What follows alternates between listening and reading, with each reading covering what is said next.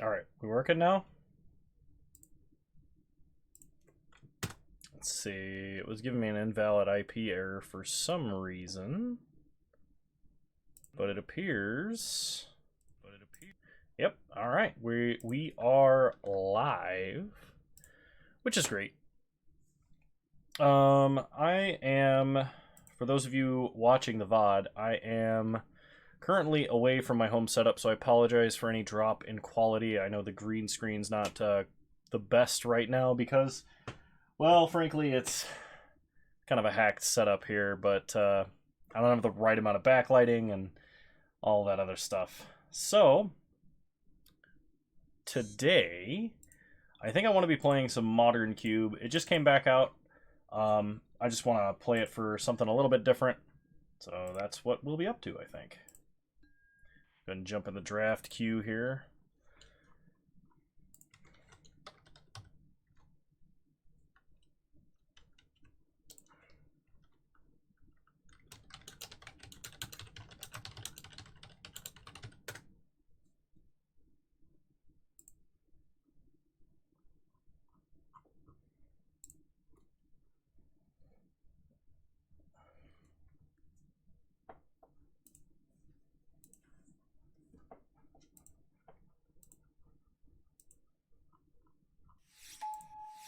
Alright.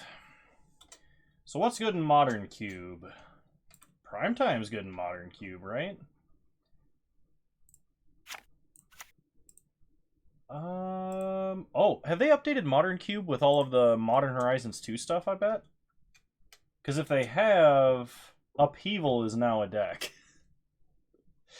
Probably less good than it would be in Legacy or Vintage Cube, but yeah, I think I'm going to take Primeval Titan. It's just a lot higher power level than most of the stuff here. I could take Kiki, but Speed Force Punch, welcome. It's not my birthday, but I appreciate the well wishes.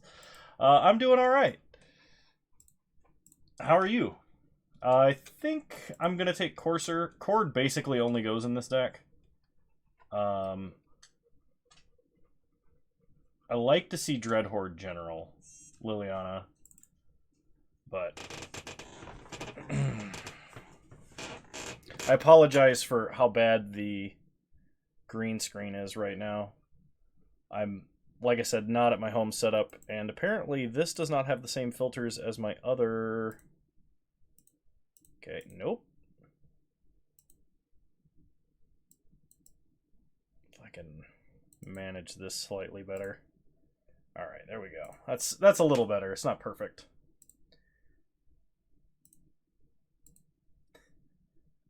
Johnny Eli 6, welcome.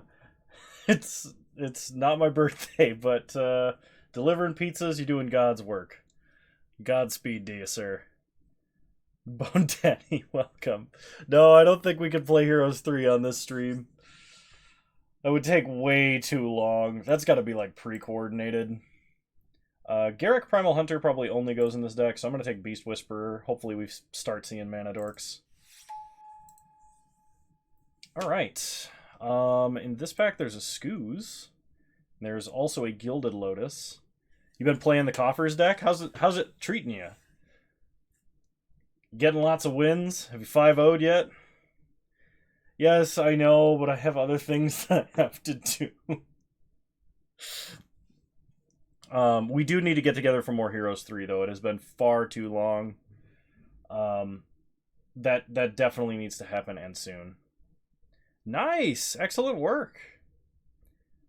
I'm gonna go with the Scavenging Ooze. Gilded Lotus is probably a higher power pick, but... Recall 33, thank you for resubscribing. 3 months. Glad to have you. Definitely Cultivate here. It is both fixing if we want a second color and ramp, so...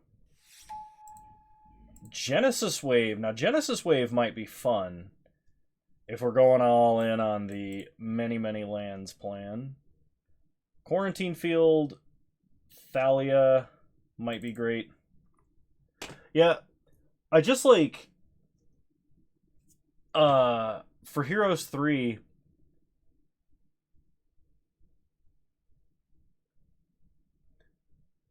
I don't have large contiguous blocks of time in my life, at least not right now. Hopefully that will be changing soon. But I like playing the game, actually. I'm just not very good at it. And I know if I play it more, I'll get better. But I don't like dividing up the game into like 9 different play sessions because it's a strategy game. And if I split my attention across that many different plays, I'm going to forget everything I was doing, especially a game that is that relatively complicated. But I do like playing it, and we need to make some time to actually make some content for it because that would be a lot of fun. I'll take Vivian Monsters Advocate here. Nissa, Voice of Zendikar. Kessig Wolf Run would not be bad, especially with a Primeval Titan, but I think Nissa is going to be better. I guess I'll take Bloodbraid Elf. The month... yeah. Alright, Bone Daddy. How long is this going to take? Oh, I think it'll only take about 2 hours, Kano. Literally, like, 34 days later. Playing twice a week or once every other week or whatever it was. I don't even remember at this point. I'm glad you're enjoying the YouTube content, Recall. It's been fun to make. I've been enjoying a lot of the Modern Horizons 2 cards. I'm glad that none of them have been as broken immediately as the Modern Horizons 1 cards were, at least in my opinion. I feel like they dialed in the power level a little bit better. I think I'm going to take Liliana Dreadhorde General, because green-black might be fun. Terror of the Peaks.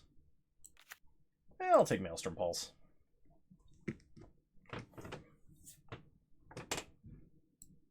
I'll put the maybe pile over here.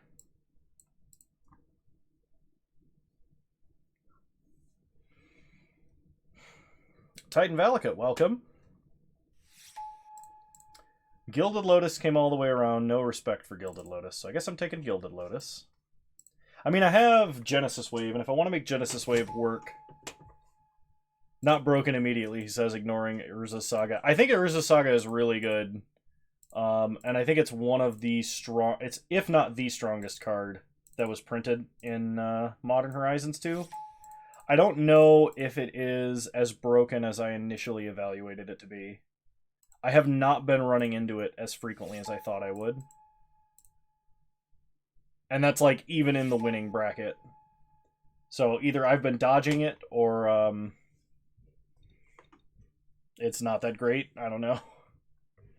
I'll be taking, I think, Beanstalk Giant here.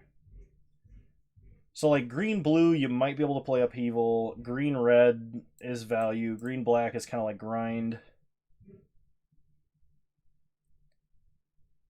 You know, I didn't even think about it in the Amulet deck. But I'm going to take Beanstalk Giant, I think, still. Nissa, Vastwood Seer, there's a Hissing Quagmire, Garruk Relentless, and Breeding Pool. I think Nissa is just the best for the green deck. Control the Megalodon. Thank you, it is not my birthday, but I appreciate the well wishes nonetheless. I think we're gonna see a little bit of time here, where like the top deck hasn't been established yet, and once it is, maybe there'll be some bannings, but until that point, I'm not sure. So Binding the Old Gods is kind of interesting because it is ramp as well as really good removal. I don't know if it's better than Hornet Queen or Verdurous Gearhulk. Yeah, the food deck is kind of concerning. I find it even more concerning because I can't play it correctly, but the deck is strong. It is much stronger than I initially evaluated it to be. Bone Daddy was telling me, he's like, hey man, this deck is broken, and I'm like, I don't think it is. And then I proceed to get curb stomped by it like every time I play against it. Binding the Old Gods probably wheels. I'll take Hornet Queen. Tireless Tracker. Yeah, I don't think you can go wrong with Tireless Tracker. At least in a green deck like this. If we can get some fetch lands that are green fetches, we'll be pretty happy with that. The Urza's versions are gross. Yeah, no, I have definitely not been that thrilled about the Urza's version that, like, makes a 17/17 token 2 turns in a row after making a billion foods. It's very frustrating to me. I'll definitely take Caryatid. I've not seen like any green mana dorks, so somebody else is either drafting green or they're all in the last pack. Nyx Bloom Ancient strikes me as extremely win more, and Vorinclex might be as well. Farseek requires me to take a couple of non-forest typed lands in order to make ramp, but I still think it's the correct pick. If I can get an Overgrown Tomb or really any of the shock lands, I'd be fine with that. Arbor Elf, definitely the pick here. A little sad to pass Rex Age, but I can't pass 1-mana Mana Dorks. Stomping Ground or Search for Tomorrow. This is tough. Stomping Ground will let me splash Bloodbraid if I wanted, but I did just take a Farseek. Search for Tomorrow is 1-mana ramp. Duder611, welcome, but it is not my birthday. Thanks for the well wishes anyway. There's probably going to be at least one forest land in the last pack, so I'm going to take Search for Tomorrow. Temple Garden, I'll take it. We're not playing Steel Leaf Champion. That fulfills the need that I was looking for. There's a Clothis, although I regret not taking Stomping Ground to play her, because she is really good. I do have a Bloodbraid, so I think I'm going to take Clothis. Garruk Relentless is not amazing. Binding the Old Gods is fine.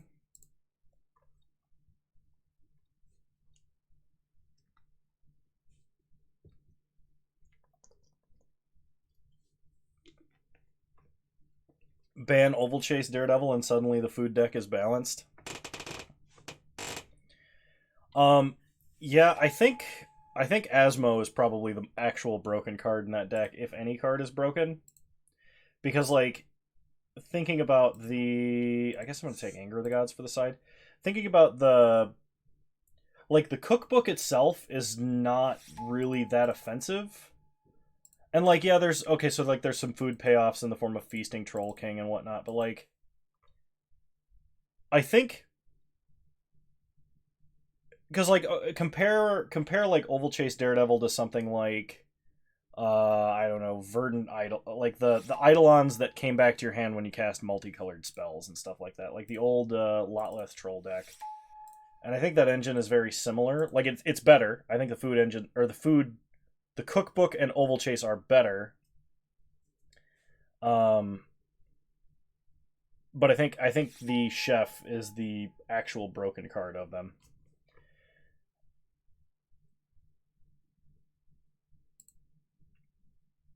I think we take Master of the Wild Hunt here. Yavimaya Elder would not be bad either, because that's a ton of card advantage. Oh my gosh, I'm going to sneeze.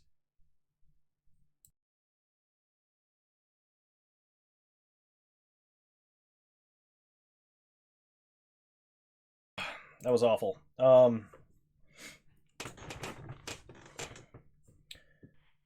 I'm going to take Master of the Wild Hunt here. Acidic Slime seems like fun. Cabal Coffers is in this, so Mono Black is definitely an archetype that you can draft in this format.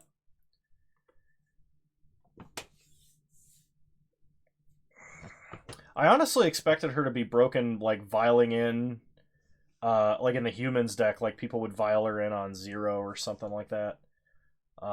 Just to make sure that they have a human drop on turn 1 with Aether Vial, but what do I know? The answer is basically nothing. Eternal Witness, yep. I've only seen one Mana Dork, so somebody out there is drafting all of them. We've opened a Saga and a Grief, all you need is a Monkey and an Asmo, and you get the whole gang of broken cards. Fair enough. I was surprised. I think... Isn't Ragavan still one of the most expensive cards from MH2? Because I've not seen any decks playing it. I have not personally encountered them. I'm not saying that they're bad or anything. Because apparently it is showing up. I just haven't seen them. I will take Rampant Growth. We're lacking Mana Dorks, so I will take Basic Land Ramp here.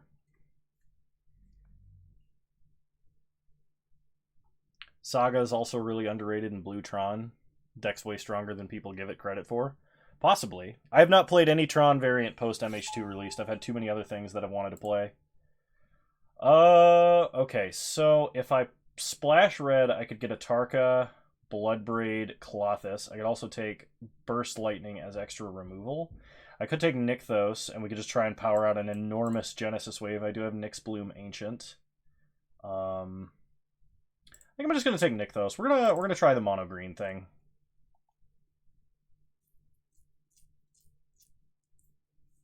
Basically, any deck that plays red wants the monkey. Alright, that's a little surprising. There was a period of a few days where I actually was not able to play at all.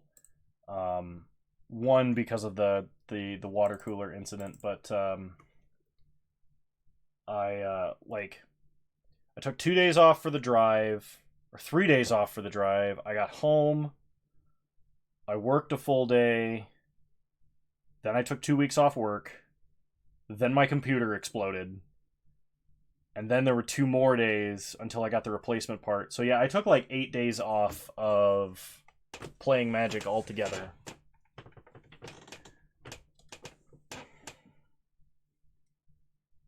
Really? I mean, I believe it. I just haven't seen it. And I suppose I will see it a lot more then. Yeah, we're definitely taking Devoted Druid. Treetop Village. Actually, it doesn't seem that great. Out of these cards, I guess I would take Shadow Spear, which I could bring in versus aggro.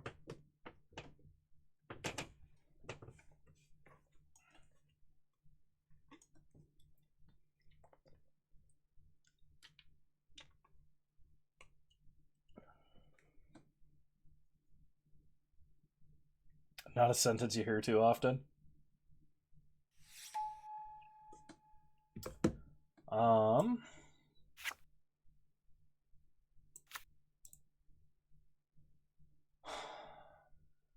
If I'm splashing anything, it's probably red, which means I should take a red card.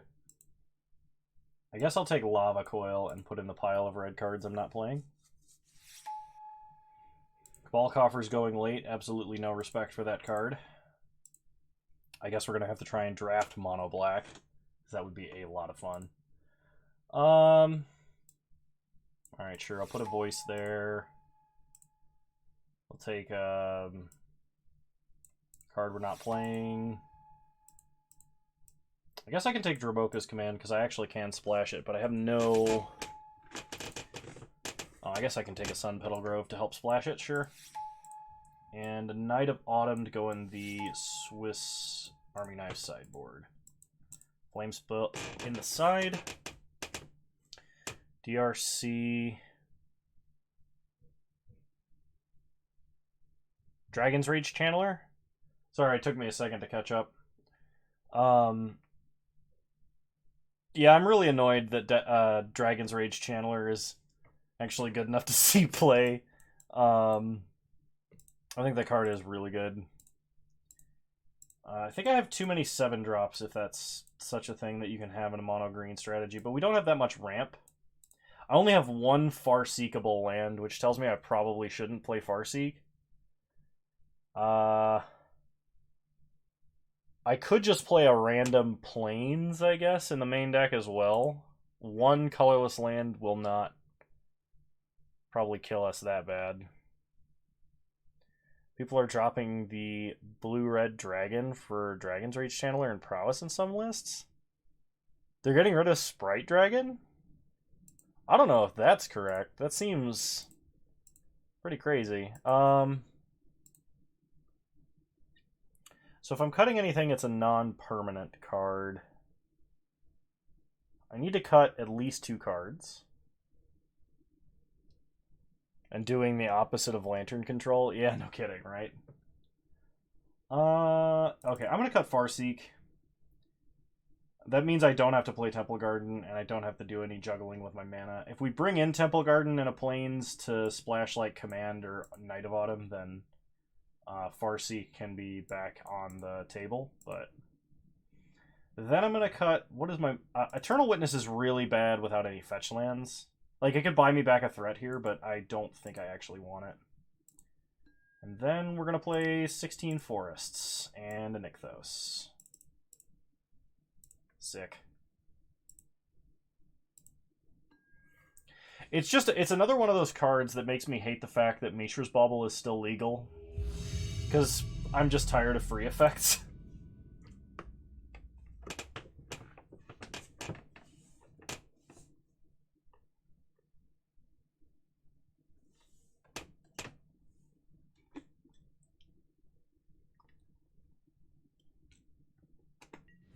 That doesn't surprise me.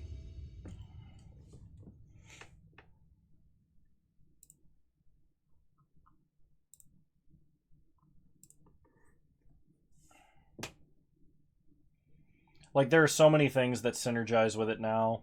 Like, it kind of just used to be a weird, like, maybe delirium enabler, right? But now you have so many prowess creatures. You have Dragon's Rage Channeler as just the latest addition.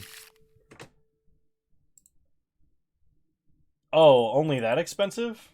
When they first started getting played, baubles, before they were reprinted, baubles were like $60 to $80 in paper. Online, they're a lot. Bang price is paper price. E price is digital. Yeah, we gotta go to 6. I can't keep that hand. This actually might work. I'm gonna put back Gilded Lotus and Prime Time. We need to draw any creatures. So Put a Plays a Mountain. We draw Corsair Kruphix, which is great, because Arbor Elf can play Corsair Kruphix on turn 2.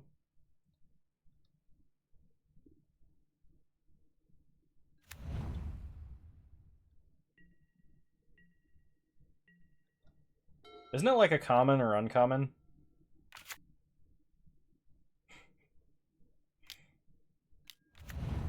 Alright, opponent appears to be mono-red, or not, because they're playing Sunlance.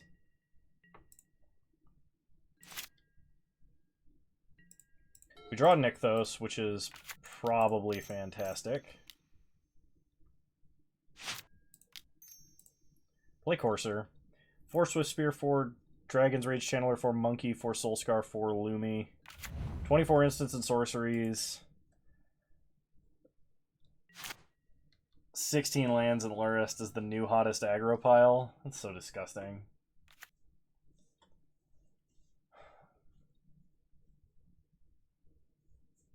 And Bauble has multiple printings. Yeah, but Dragon's Rage Channeler just came out of the most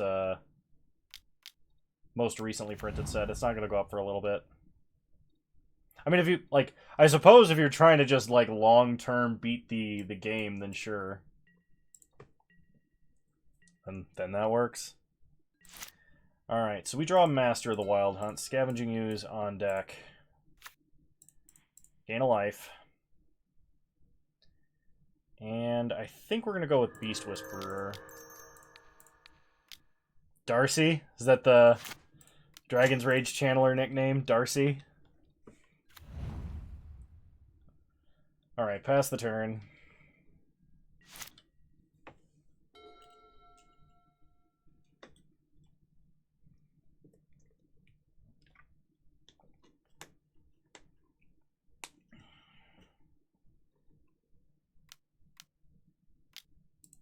Alright, opponent is playing Sword of Fire and Ice.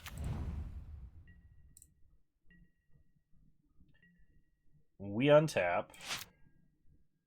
We'll draw Scooz. Rampant Growth on top. So, play Nykthos, gain a life. Play Scooz, draw Rampant Growth. Forest on top of our deck. Untap, Forest, add a bunch of green. Master of the Wild Hunt.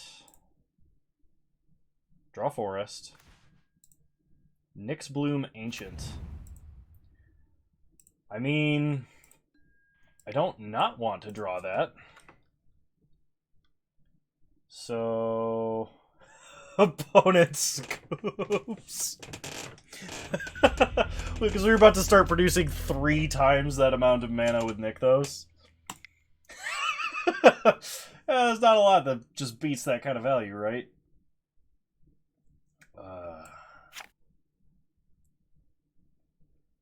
Let's see. Dromoka's Command. Knight of Autumn is somewhat tempting. I have to make my mana base a little bit worse to play it. I already have Shadow Spear. I actually think I'm fine. Hey, Sigma, how's it going? Hope all is well with you, and I'm glad that you stopped in.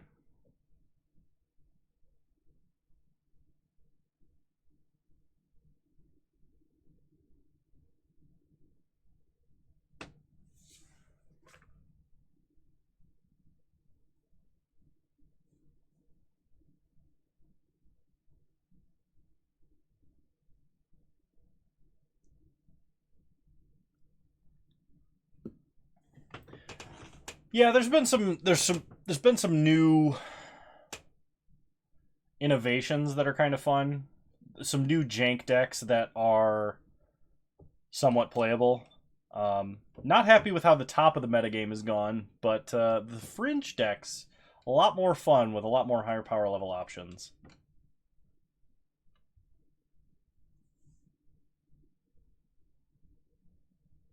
We're doing great, Sigma.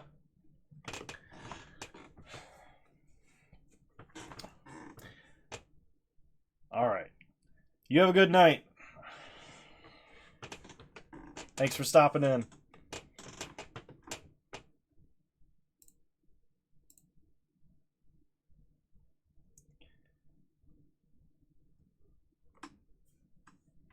By worst. Oh, Daddy's so savage.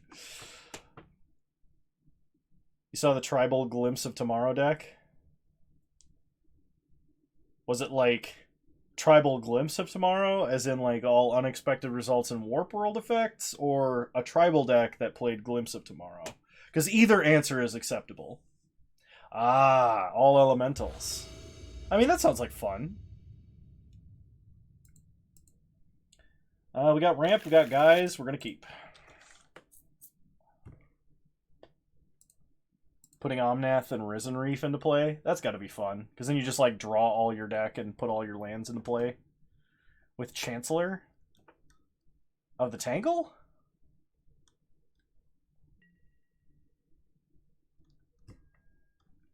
Bone Daddy, best tutor.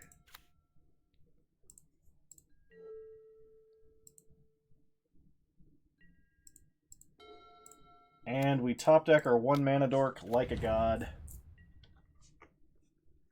Didn't get Crystalline Sliver in MH1 or 2. Which one's Crystalline Sliver?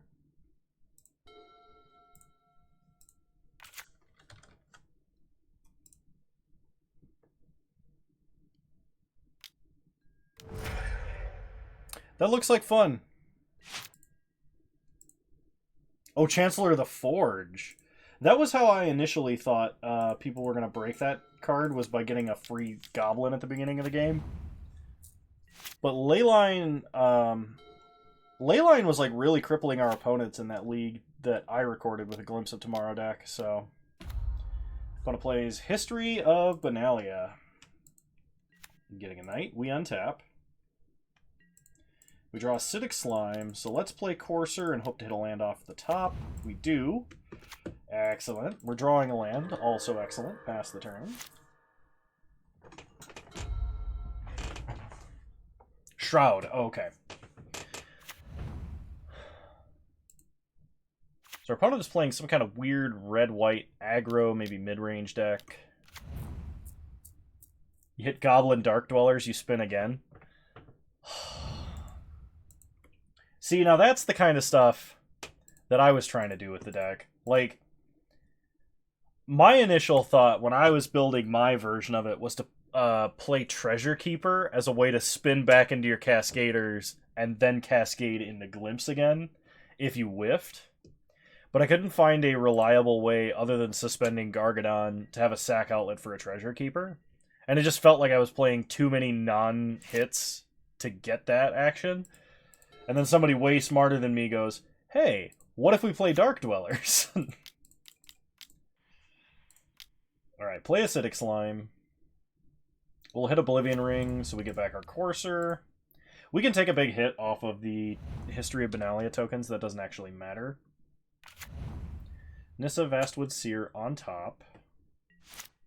Okay. Opponent untaps. Knights get bigger.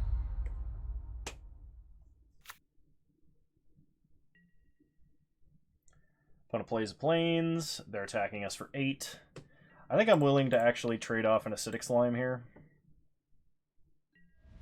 The damage doesn't matter that much, but we also don't need the Acidic Slime right now. We untap and draw Nissa. Shadow Spear on top.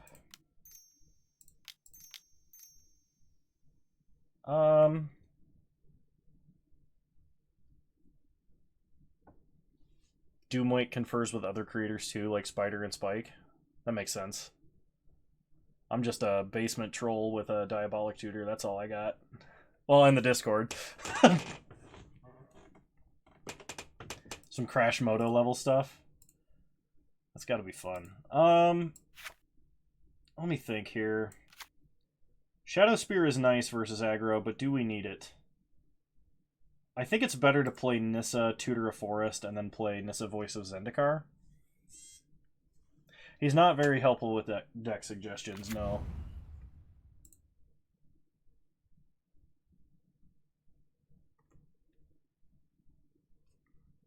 Kano wins, Porter greater than all. Opponent gives up.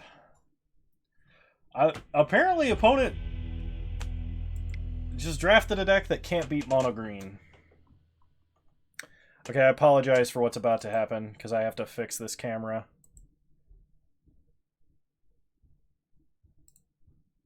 There we go. And then... Alright, there we go. Cool. I have to restart the client. The Australian angle. The real reason Kano had to flip his camera. He's actually in Australia.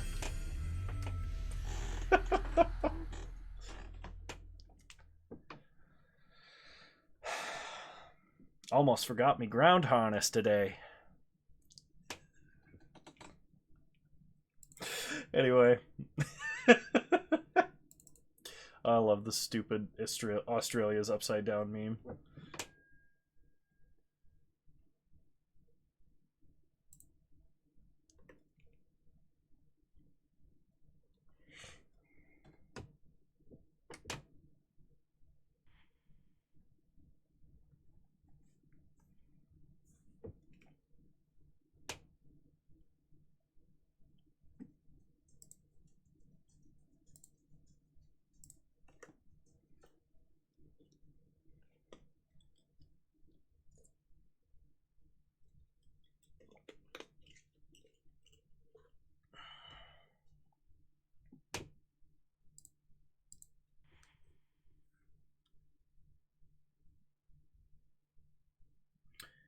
Yeah, hope everybody's been doing well.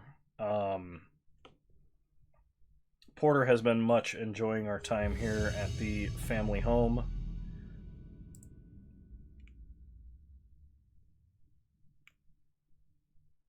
He's been getting to see his cousin, which is my brother's dog. Not actually his cousin, but they act like they're brothers. And playing a ton. I'll have to try and get some recording of their antics to share with everybody, because it's a crime not to share that kind of content. I think I can keep this. It's a little bit risky, but if we draw a single land, it's fantastic. Something has activated the Dachshund. We untap. Draw a Sylvan Caryatid. Suspend search for tomorrow. Pass the turn. You're now stuck in this mental feedback loop of whether you should buy sagas and potentially hemorrhage value or just wait for the ban. If you're playing on Moto and you want to play right now at the highest tier, probably go ahead and get them. If you're thinking about playing in paper, I would just wait. I would wait until tournaments start back up regularly before purchasing any cards. We draw a Forest. Play Caryatid. Now if we draw a land, we can play Gilded Lotus directly into Nissa. Or Cultivate. Or Courser. Probably Nissa.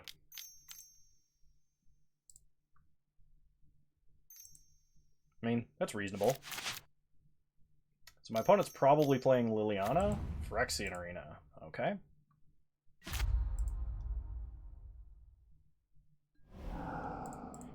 We untap, search for tomorrow, coming off suspend, get ourselves a forest.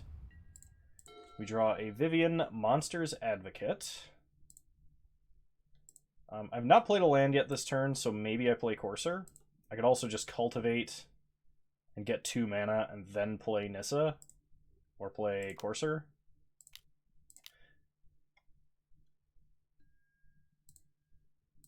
I guess this doesn't work out exactly how I'd anticipated it, because for some reason I was thinking it would come into play untapped. But I can still play a land here. Alright, pass the turn.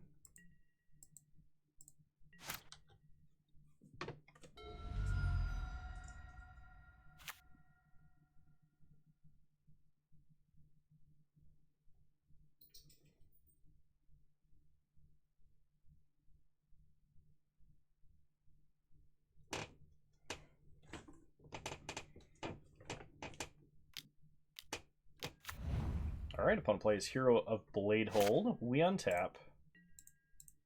We draw a forest.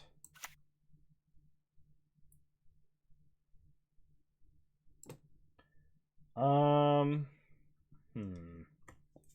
I have 6 mana. I can play Gilded Lotus. And that only loses me 2 mana. So I go down to 4. I can play a land and go back up to 5. And then play Vivian. And just start making beasts. I think I'm okay with this.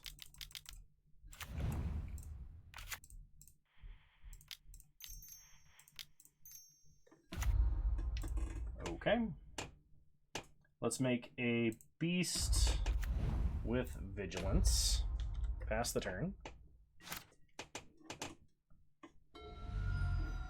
How much value the card would actually lose since it's being played in Legacy as well? I mean, Legacy is... I don't know how much Legacy is actually being played in paper. Yeah, Bone Daddy would be the person to know more about that. At least out of people I know.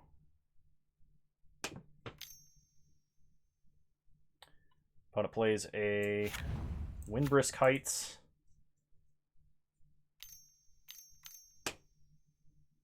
And a Thalia, Heretic Cathar. So I think my opponent is going to be able to kill Vivian here. They're attacking us.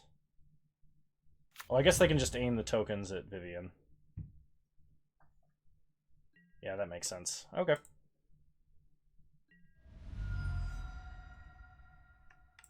We untap. We draw a forest. Play Courser. Hornet Queen on top of our deck. Play a forest. Gain a life. And I think I'm just going to cast Beanstalk Giant here.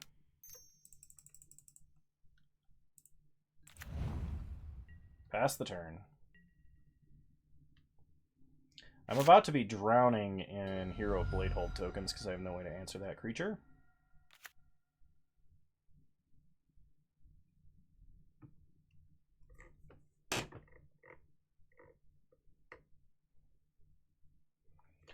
I think I'd love to draw a Genesis Wave.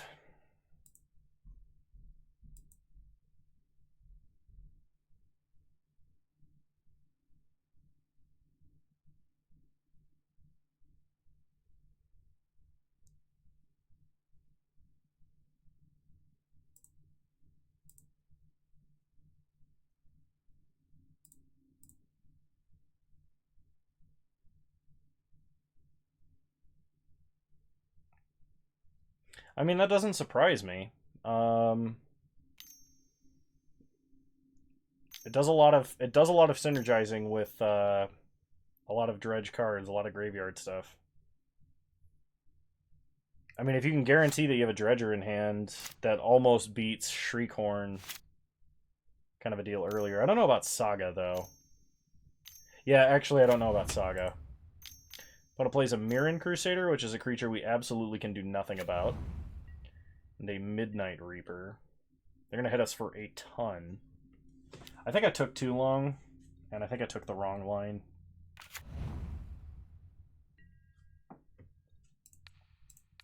So we can block a token. We take an absolute metric ton of damage. And because we have no way to answer Thalia, all of the tokens off of Hornet Queen are going to come in untapped.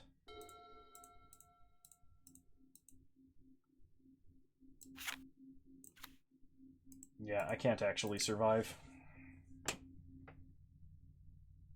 Okay. Well, the question is, do I try and run red and play Anger of the Gods, Colossus and Bloodbraid, or do I try and play white, playing like Dramoka's Command? Mirren Crusader is a bit concerning.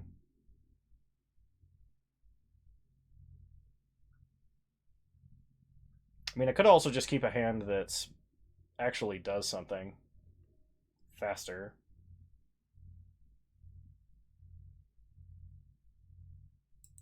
Yeah, I don't think I'm going to sideboard. I think I'm just going to run this back.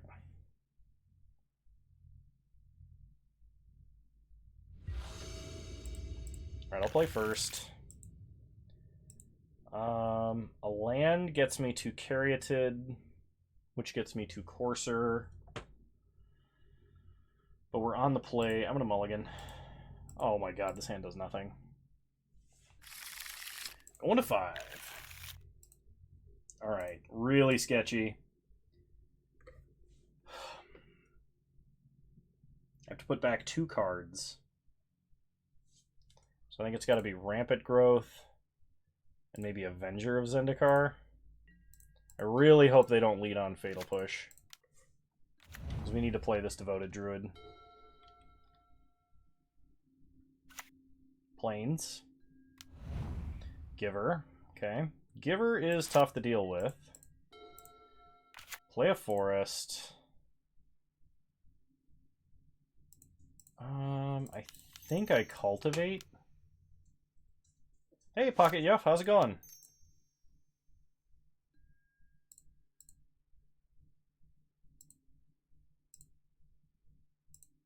So we cultivate some forests, pass the turn. Opponent untaps. I did fix the PC. We got a new water cooler. Everything is all fantastic.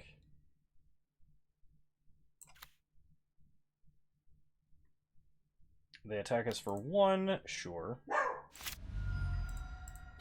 We draw Beast Whisperer. So play a forest. Float a bunch of mana. Play Vivian Monster's Advocate. It was not a great feeling. Definitely want Vigilance here, I think. Pass the turn. I was concerned that it had done other damage to the computer, but I think that was a little bit unfounded. My other concern was the new replacement cooler wasn't going to solve the problem, and I was going to have to fork over a ton of money to actually build my replacement PC. But everything worked out just fantastic, so... My opponent can make a Pack Rat token, then give their Pack Rat Pro Green and swing at Vivian.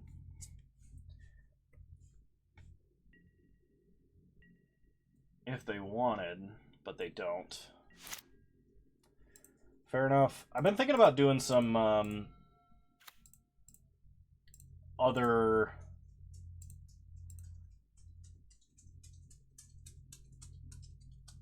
Porter content. I think would be fun. Maybe some real life stuff.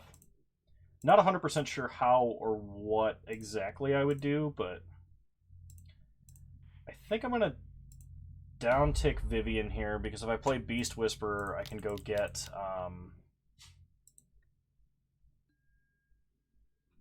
a better creature than what I'm about to draw.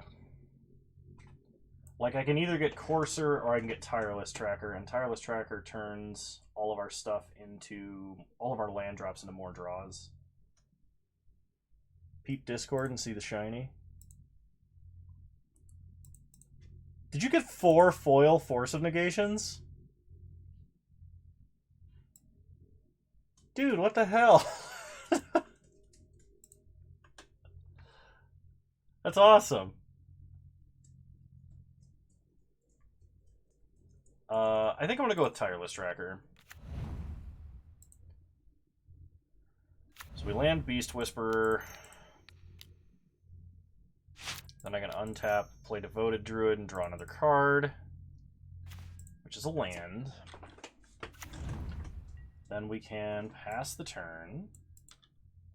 Oh, I should have actually attacked there. Opponent makes a pack rat token, untaps.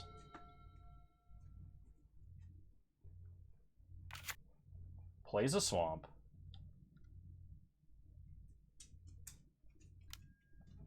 They're going to give pack rat pro green and probably attack Vivian to kill her. But this is going to open them up to a big swing back, I'm pretty sure.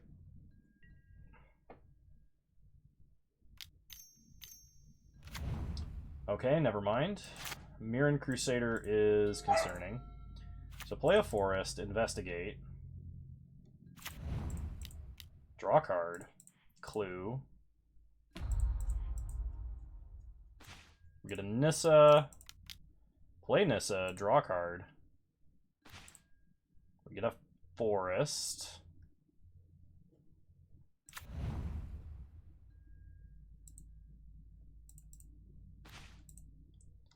Then pass the turn.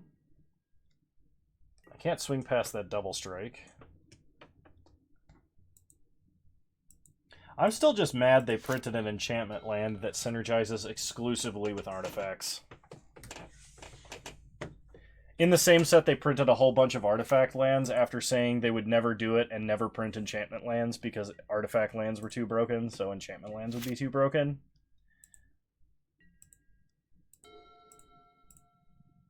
Play a forest. Flip Nissa, investigate.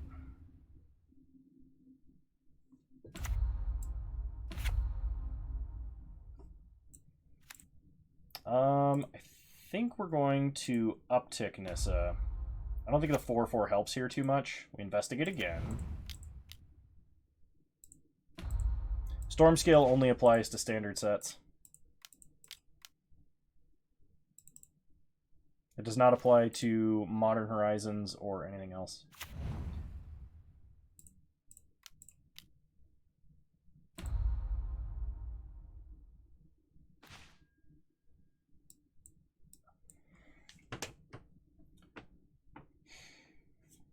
Yeah, I think it's worth it to play Master now.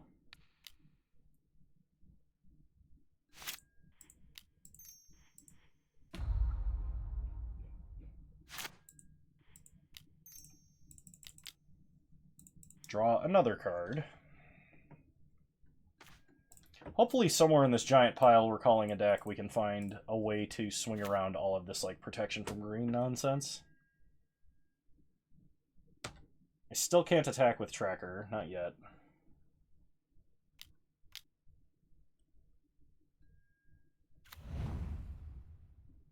Opponent discards Marsh Flats, makes a copy of Pack Rat.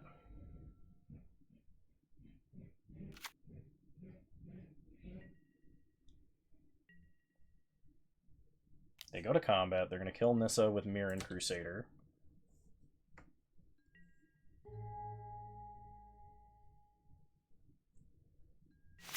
So we untap. We get a wolf.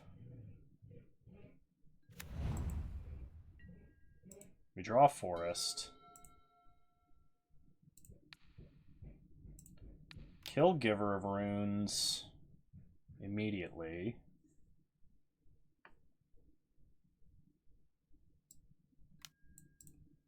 I'm going to give a random Pack Rat token pro green.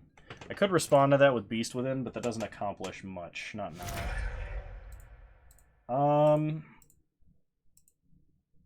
Play a forest. Gain a life, investigate.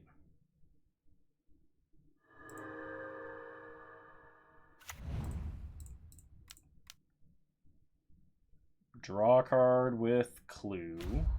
Rampant Growth. Play Acidic Slime, draw Nyx Bloom Ancient. Nyx Bloom Ancient. We'll kill a swamp.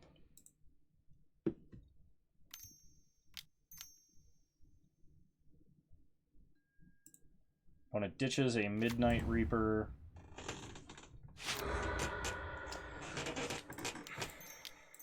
I'm going to Rampant Growth because I don't actually want to draw this Avenger of Zendikar. Okay. Gain a life, investigate. Now we pass.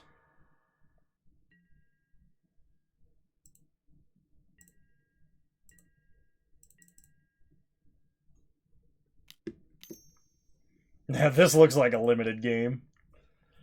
Opponent ditches Blade Splicer to make another Pack Rat. They untap. Opponent does have quite the unreasonable amount of power right now. They play a Windbrisk Kites, which I will probably end up casting Beast Within on.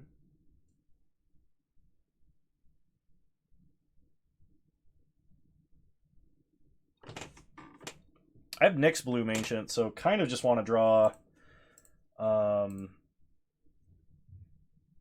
Genesis Wave.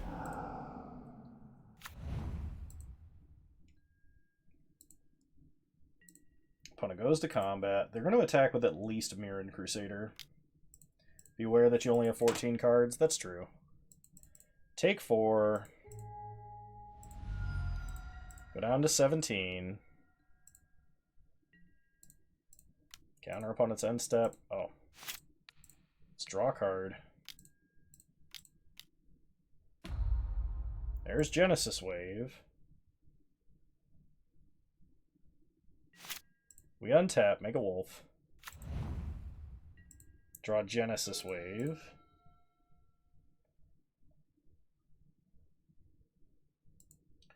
Play a forest. Gain life and investigate. Opponent sees Shadow Spear and concedes. Alright.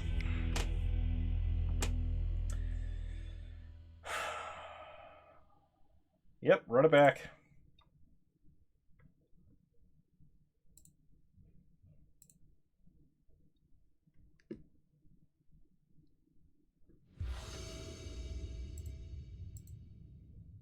Yeah, this hand seems sick. We'll keep.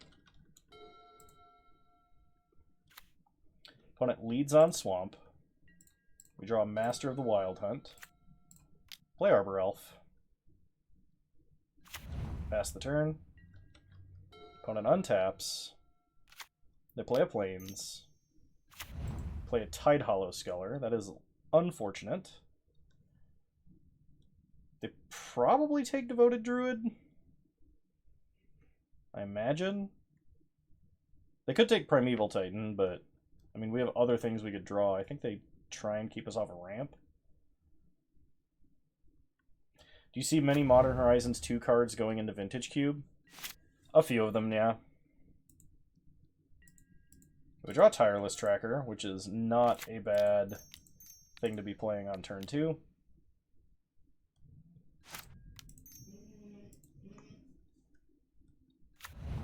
Pass the turn. I could see at least Saga, probably some of the free cycle of elementals, probably maybe not all of them, possibly, but I could see the blue and the white ones going in. Maybe the blue, the white, and the black potentially going in if they don't put the full cycle in. Can we draw Courser? So we're going to play Courser.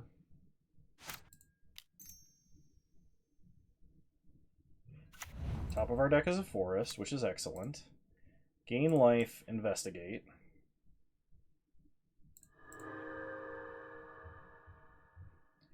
Then we will be playing Shadow Spear.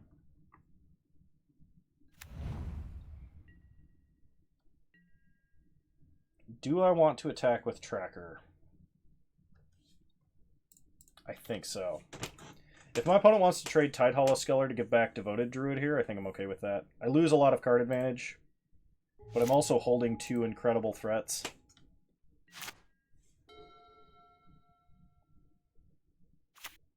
Opponent plays a Swamp.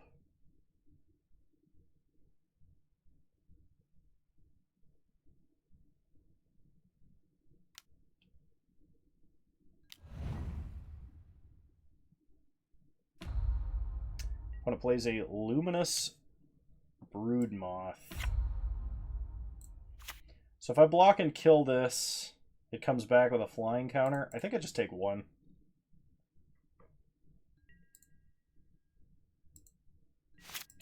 We untap. Draw forest. So, play a forest, gain a life. Then play Master of the Wild Hunt. Pass the turn. So Vivian can, in theory, make beasts with reach to block for her. Then we could down-tick her and play Primeval Titan and get a 5-drop or less, like an Acidic Slime. Okay, opponent attacks for 6. I'm going to go ahead and say no blocks.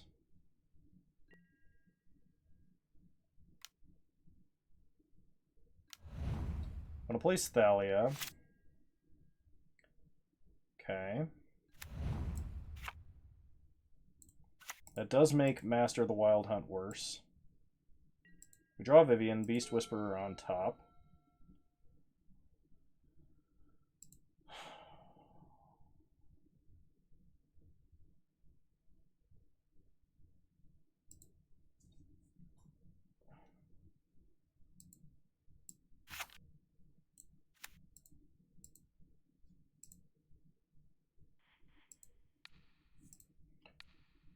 So I think I'm going to play Primeval Titan this turn.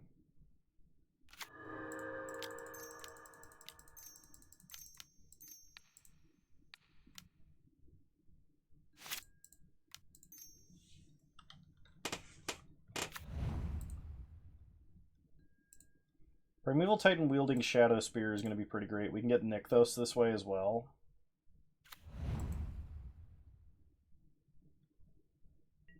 Then pass the turn. We can use Master of the Wild Hunt to kill Thalia. So anything we play after the fact, like the beasts off of Vivian, can come in untapped. We do have a redraw ready with the Clue.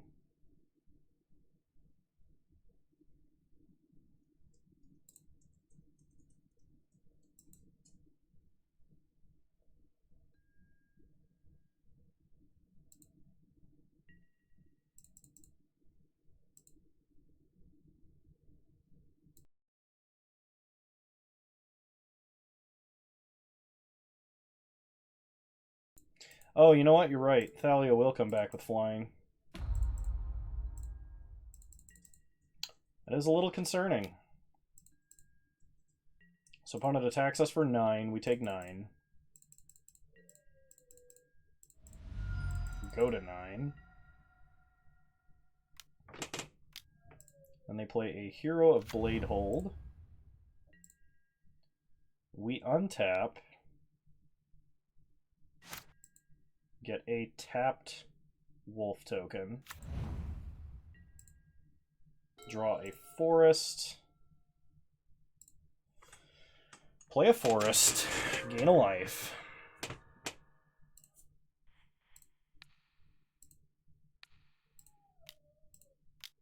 Equip Primeval Titan.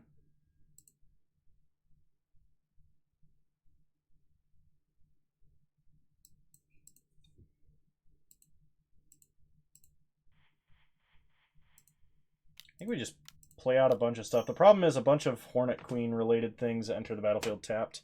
And if I attack with this Primeval Titan, Hero of Bladehold comes back with a flying counter on it. Because I think they would just block. Let's draw Hornet Queen.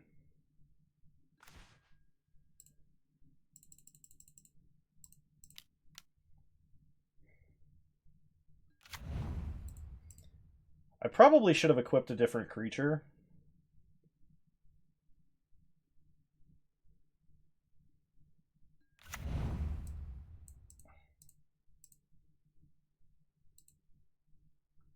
But I think I have to attack now, because it's the only thing that's going to gain me, like, any life.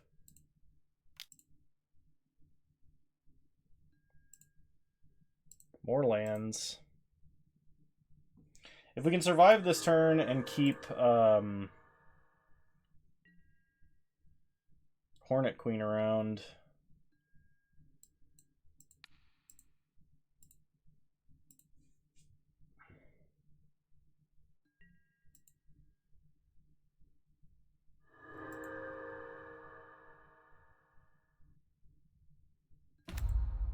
So opponent gets back their Hero Blade Hold, as well as Luminarch Aspirant, but we can kill Luminarch Aspirant.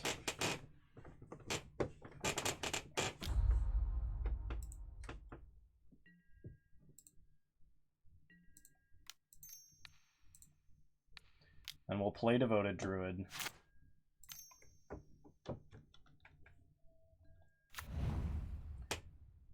Okay. Their whole board is flying.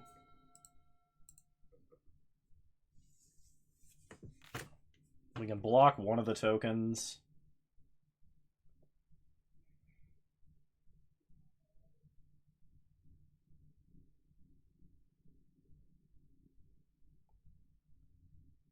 That Thalia did a lot of work.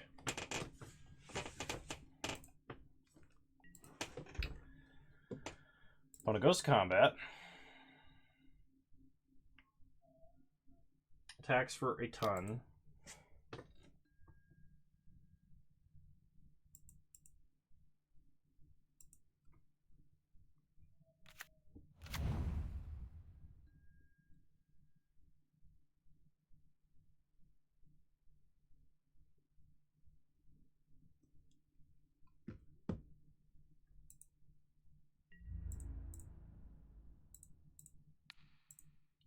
So block.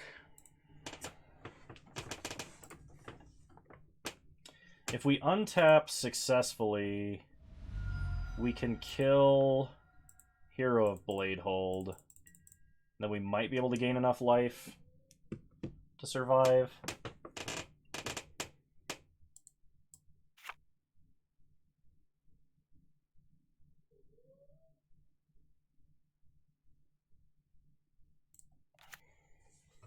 We could kill Thalia, but then my opponent still has the Battlecry effect.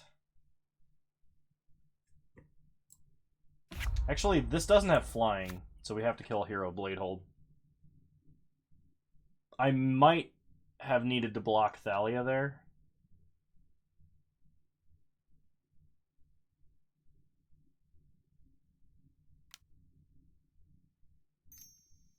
She can, but they enter tapped as long as my opponent controls Thalia.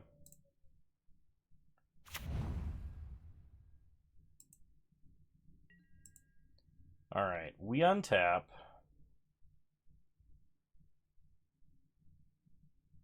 I mean, we do have a bunch of flying Death Touch blockers now.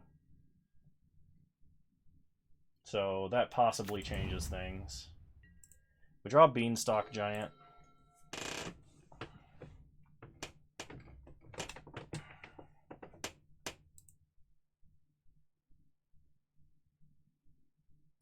Go to combat. Attack with Primeval Titan.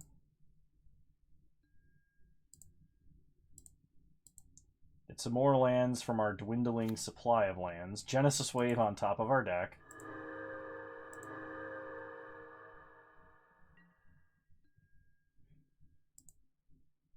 Gain 7.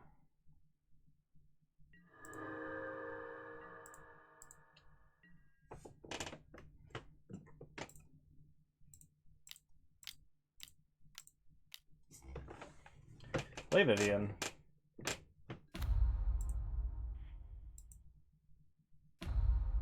Let's make a beast with reach. Then pass. So the plan is to use the wolves to kill Hero Blade Hold at the beginning of combat. Block everything else.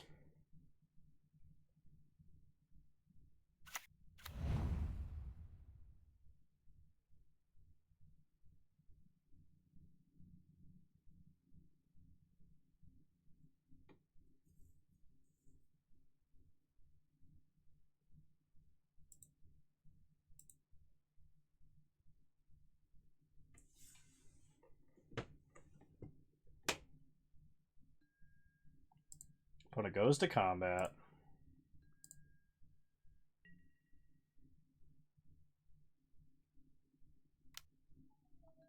And attacks with Baneslayer Angel. So we chump.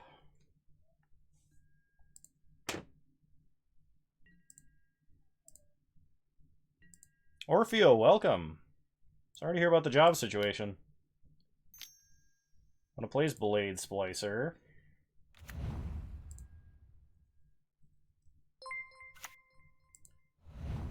Thank you for resubscribing.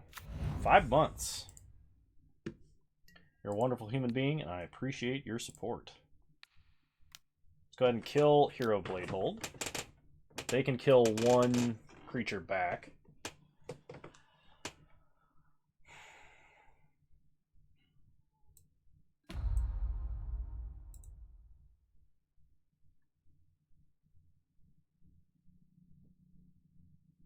We untap.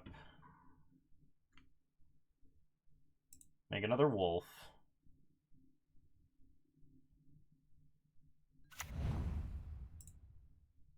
Draw Genesis Wave. So let's Fertile Footsteps. I want to see what's left in my deck. So we have Nissa, Avenger of Zendikar, Acidic Slime, and Nyx Bloom Ancient. There's not a lot.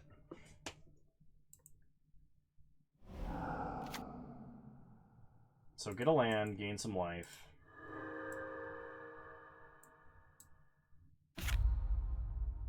I can cast creature spells from the top of my deck. Does this have reach? This does not. But I do have a lot of creatures that do, potentially.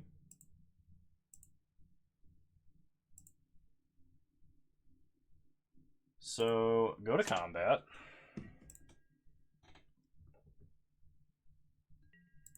Attack for 7 with lifelink. I think the plan is to make a really, really big Beanstalk Giant and equip it with Shadow Spear. The last land in our deck is on top of it. So opponent blocks with a bunch of first striking power. I actually can't do anything about that. Oh no, I can. I can kill the Golem. Or the Blade Splice? No. Yeah, I can kill the Blade Splicer, actually.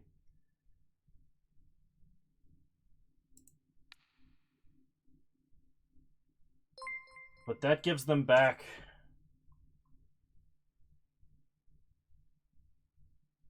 Dick Record, thank you for the raid. Glad to have you. And all of your followers. Welcome, guys.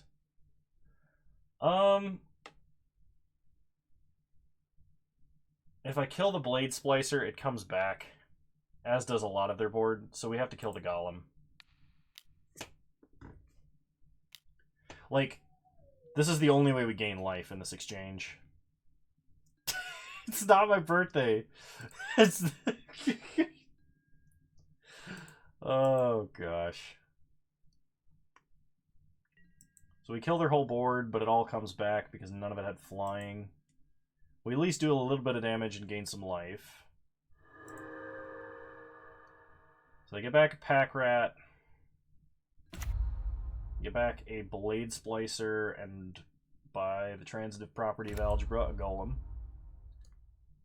Yes, this is Modern Cube. We're playing Modern Cube right now.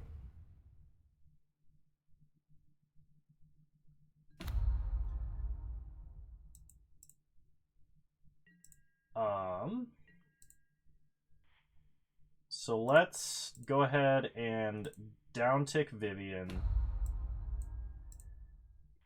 Play a Forest. Well, I was gonna get Acidic Slime off of Beanstalk Giant anyway.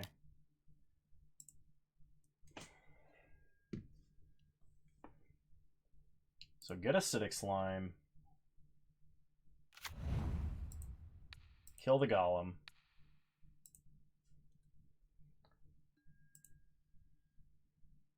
They don't get back anything. Every Wednesday's his birthday. Oh, man. If I re-equip Shadow Spear now, I lose Primeval Titan. Let's go ahead and play Nissa, who will never flip because I actually have no lands left in the deck.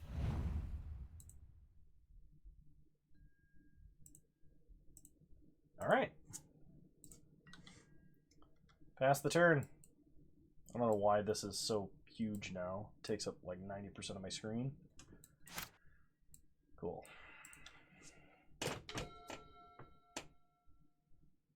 Wouldn't it just be easier to call in your sniper posse? I don't have a sniper posse. Opponent gives up. They're staring down the barrel of a 17/17 with trample and lifelink. And no way around it. Alright. Back to looking at my ugly mug for a minute while I restart the client. Because I still don't have a new computer, and it still necessitates restarting. Never let you forget the opponent you disposed of. They just said, BRB, I'm dying, and never came back. Like...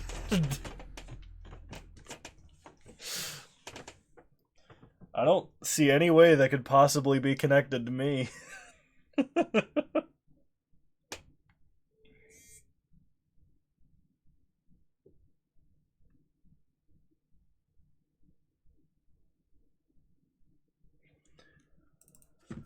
All right.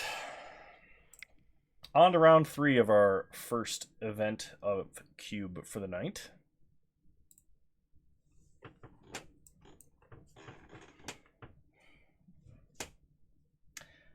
So how you been doing, Orfeo? I mean, obviously the job situation, but I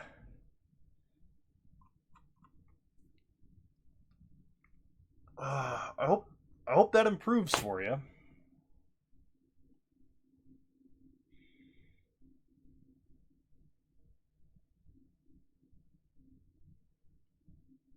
You have to forgive me. I think my brain skip tracked across the record.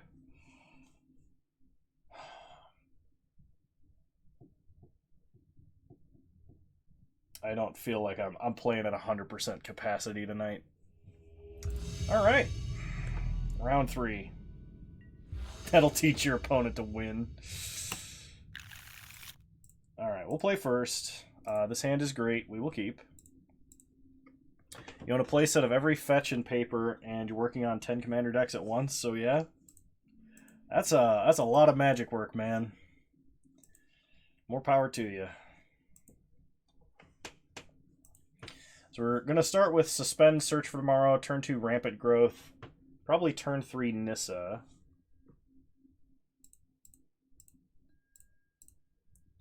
So we've at least got our first 3 turns planned out. Opponent plays a Plains, we untap, Search for Tomorrow, ticking down. We draw Avenger of Zendikar, so we have all of our bombs. We just need to find a way. We get Mana Tithed, because our opponent is a jerk. I guess that was probably the only time Mana Tithe was actually going to do anything. In a ramp deck like ours. Search for Tomorrow. Now, if they had like Mana Leak on top of that, that would have been real sad. We draw a Forest. I want to play around Censor. Play Nissa. Make Plant. Pass the turn. Now we just need to draw more ramp. Oh, we're against Newmont. I just realized that. He's a much better drafter than I am, or probably ever will be. Pass the turn. We're holding all of our bombs this game, so we really just need to draw anything. Anything like a Cultivate would be amazing. I'd take lands at this point. Opponent plays an island and passes. We untap. Draw Courser. Make a plant.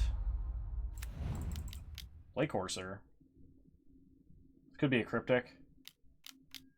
Subtlety. Alright. Courser.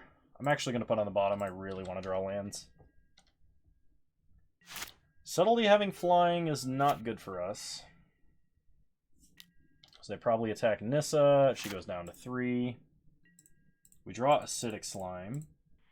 Make a plant. Pass the turn. If I ever draw a 5th land, I can start doing stuff. He isn't streaming right now. You can have 4 lands or approach. They take the 4 lands.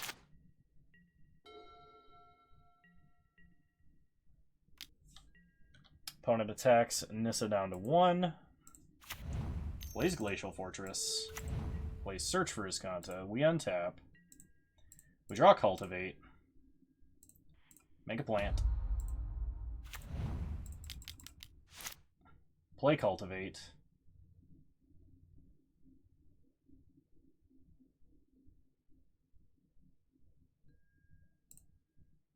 Forest and Forest. Put one into play, one into our hand. Then immediately play the other.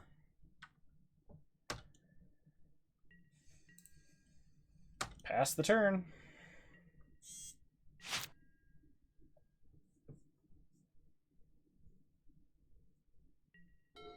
Opponent untaps, puts whatever it is back on top of their deck, plays Flooded Strand, and finally kills Nissa.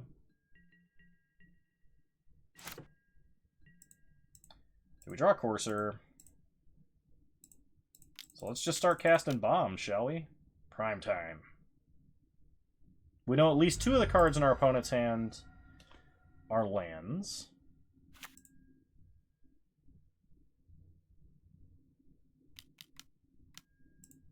Cryptic. Alright, pass the turn. So if our opponent mills whatever they get off Search for Iskanta, they can flip Search for Iskanta. And they do. They mill Hard Evidence. They play Teferi, Time Raveler. Hit us for 3. We untap. We draw Beanstalk Giant. Play Acidic Slime.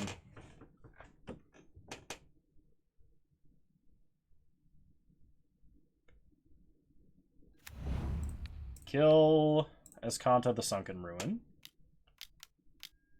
They activate it. I think they played the Plains. I don't know if they played the island. They get Elspeth Conquers Death. Okay. That is an answer to Acidic Slime. Pass the turn.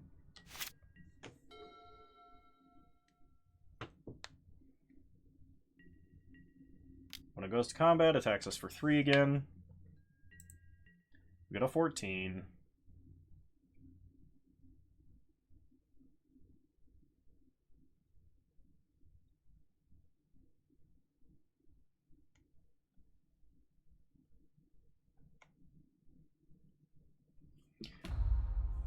Unsummons Acidic Slime.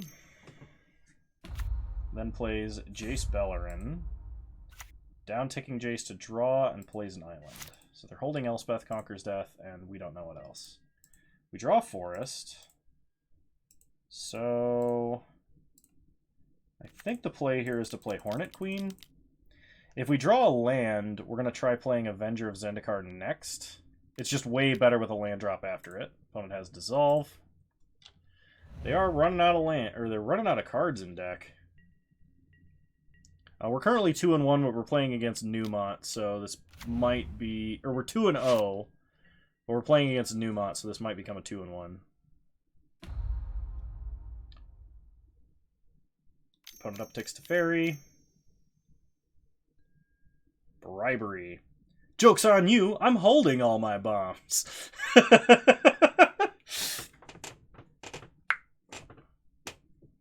And I don't have any bombs that I think actually end the game here.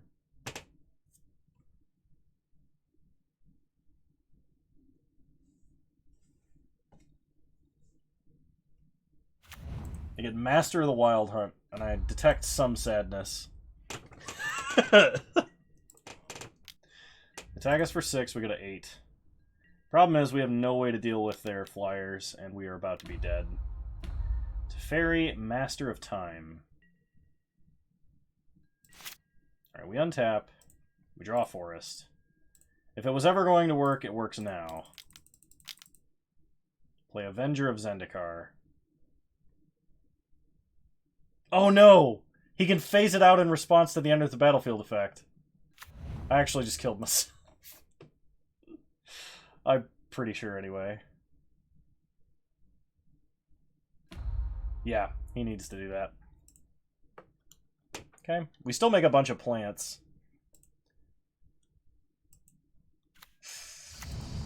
Gonna hold on to this forest. Pass the turn.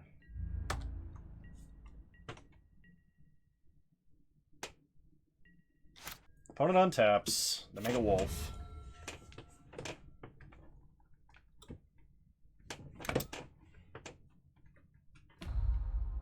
They down-tick Jace to draw another card. They cast Temporal Mastery. Alright, yeah, that guarantees our death. It's pretty good. It phases in our next turn, I think. Okay.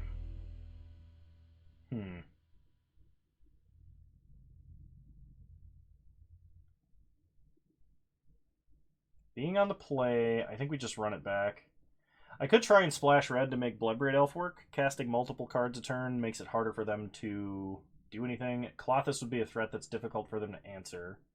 Maelstrom Pulse and Binding the Old Gods deal with their planeswalkers, but probably wouldn't resolve against them. Voice of Resurgence.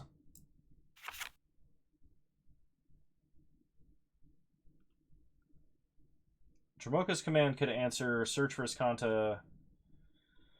The fight might matter because they do have some flash threats. Witness I don't think is good at all in this deck because I don't have any fetch lands.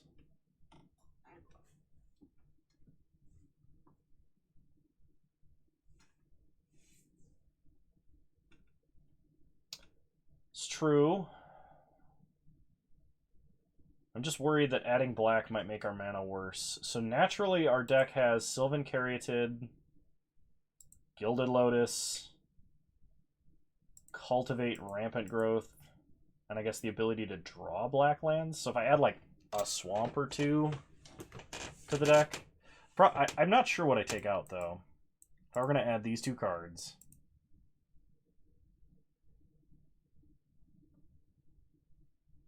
I guess I don't need Shadow Sphere here. And Genesis Wave might be a little bit ambitious. So I think I take out that. And I think I'm good to add 2 swamps. We have a lot of basic land searching, and we're kind of land light.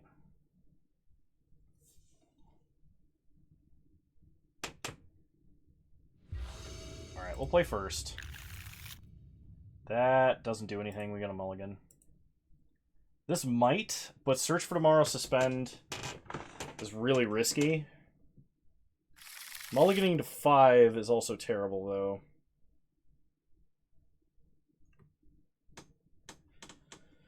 though. Search for Tomorrow we can use to get a swamp.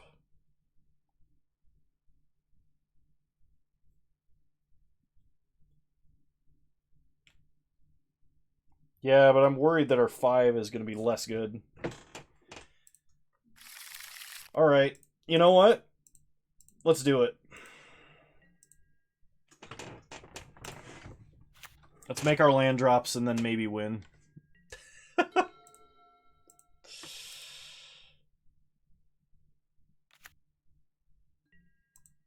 Alright, opponent plays a Plains. They're representing Mana Tithe.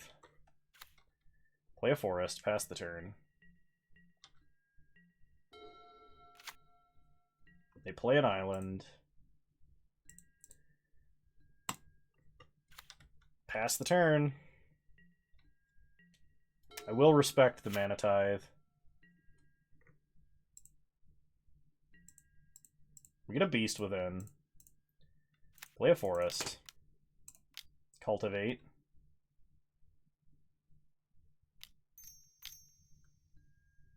Force a negation. Okay. If I Beast Within their land, I'm just going to lose to them playing another land and them having a 3/3. We get a Beast Whisperer.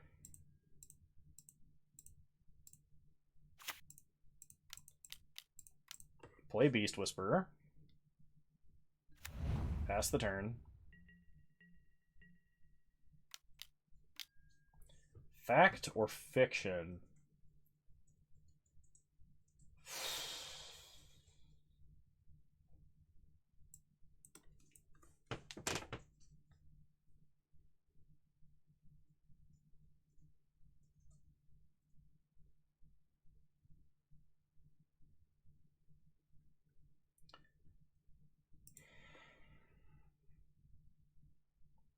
They can't play the Cryptic without an island, but they might be holding an island.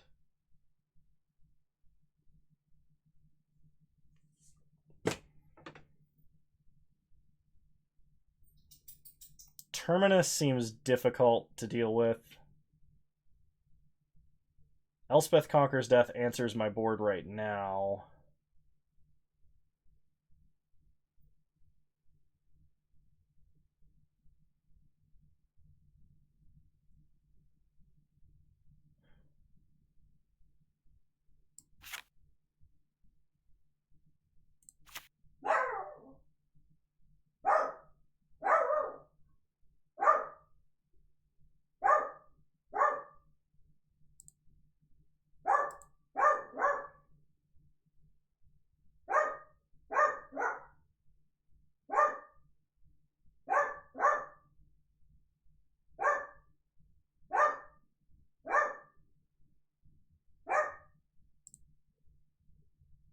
I think I'm going to split like this.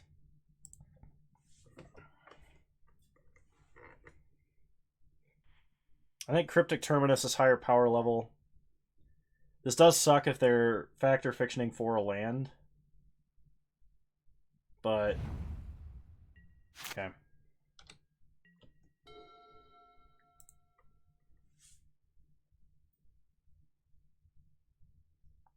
Yep, that's the ancient dachshund. She's Minnie Mouse. Her name is Minnie Mouse. She is a lovely animal.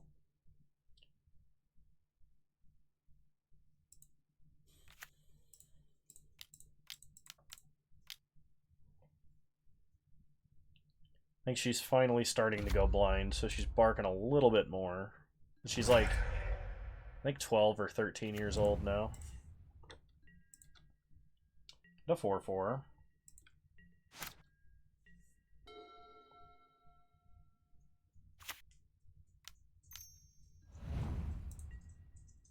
Shame on us for not listening. Fun it has Deck and Stone. We draw nothing. We get a forest. Pass the turn.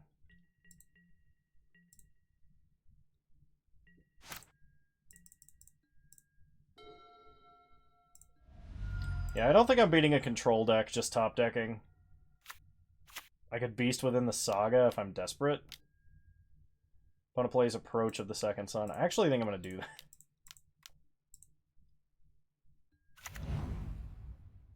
They gain 7, but... we draw Acidic Slime. Play Acidic Slime. Take out a Plains. Go to combat. Attack for 3. That might stop them from casting Temporal Mastery.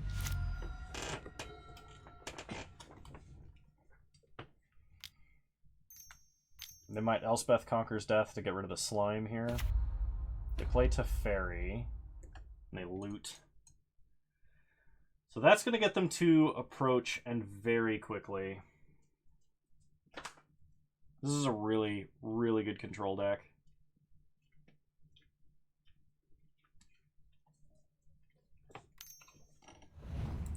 Sunlance, yeah.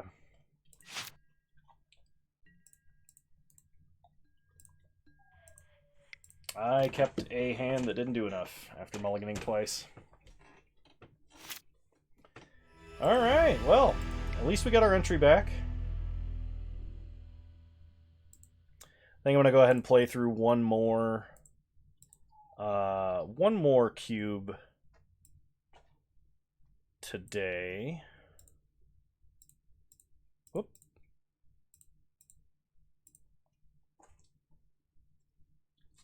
Oh no, you didn't persuade me down the wrong path. I think that if I had kept the search hand against that deck, he had so many counter spells. Getting the search countered would have felt way worse than just top decking only lands.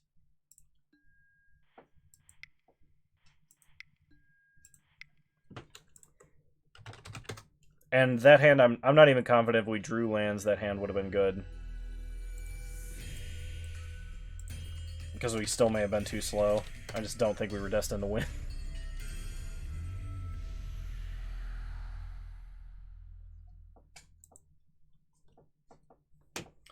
All right.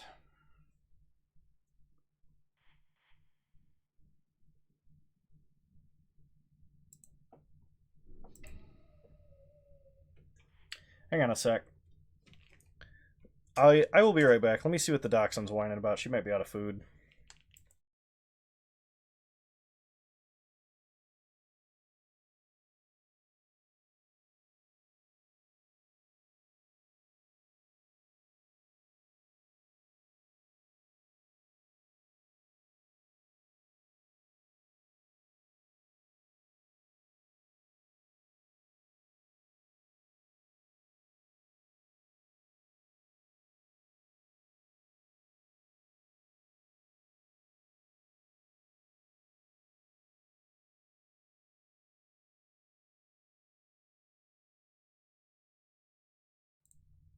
That's the wrong one. There we go. What would it take to get you a better computer? I just have to save up enough for it, and I've had enough other expenses that I can't do it right now. It is a significant chunk of change for what I am for what I'm planning on building, so. Although the first ad revenue from the YouTube channel will be coming in soon. Australia Cam.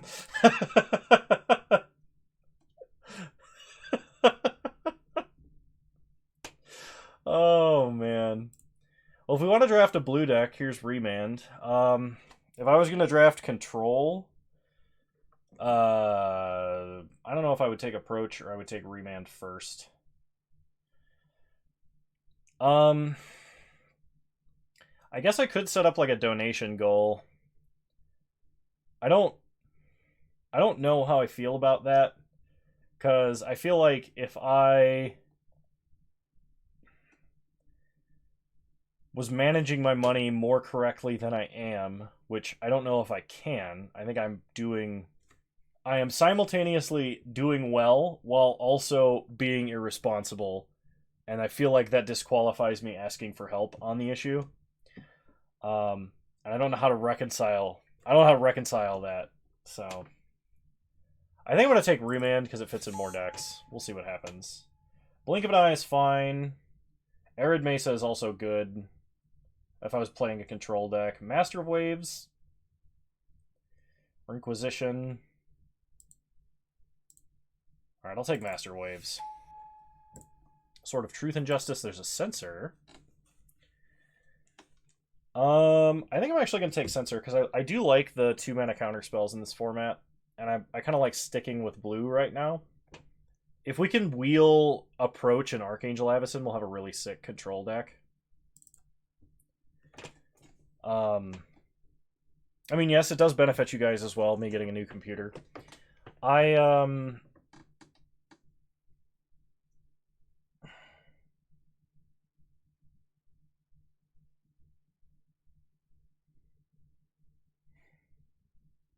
I could set up and track some kind of monetary goal for the setup that I was planning on. I had Silver and another member of the Discord helped me come up with a list of parts, and somebody donated to me a 1060 card, which I found out is a roughly equivalent to the card that I have in this computer. Frost Titan, Thought Scour, or Condemn. Condemn locks me into blue-white. Abbott, potentially we could play blue-red. You think Geist? I think threats are going to be easy to come by. I could take Coma, and we could play, like, blue-green control, because this card is, like, actually unbeatable.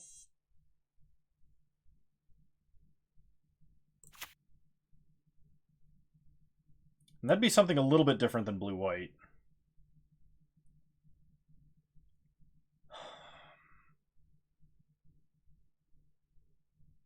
The tempo idea, personally? That would be Abbott, probably. Or Geist. I'm going to take Abbott. It's Counterspell. Dismember is on board removal. I could take Counterspell and we could wheel, still potentially wheel control threats. So I think I'm going to take Counterspell here. So because somebody donated a spare card to me, and it being more modern architecture than the card that I have right now, because I have a 970 or 980 Ti, I think is mine. It's either a 980 or 980 Ti. So I can take C-Dash or Octopus, or I can take Sweltering Suns. C-Dash or Octopus is actually pretty fantastic if we mutate it on anything, and it has Flash. Let's take Octodad. I like Disallow. Can we have too many counterspells? I could take Young Pyro to back all the counterspells up. I could take Spell Queller as also counterspell support, and we can just play mono counter everything. Spectre is fun, but will almost certainly wheel. It's triple blue. Master Wave survives your own Sweltering Sun. I didn't think about that.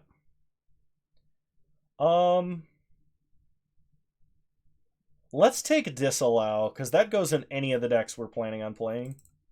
And let's see what starts wheeling. So there's a Champion of Wits, there's a Sulphur Falls, and a Burst Lightning.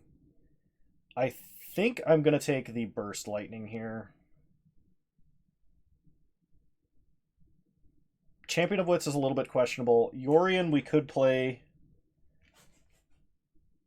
Take the Sulphur Falls. I think the burn is going to be better than Sulphur Falls. If it was Steam Vents, I would take the Steam Vents. Okay, Approach came around, and so did Exquisite Firecraft. I think I'm going to take Approach. I'm still not decided on what I'm playing yet. What was I saying? So, because somebody donated a graphics card to me, I could get all of the cards, or all of the computer parts other than the graphics card, and I could use the graphics card that was given to me, provided, of course, it works. It's at my place in Utah, so I haven't been able to test it yet.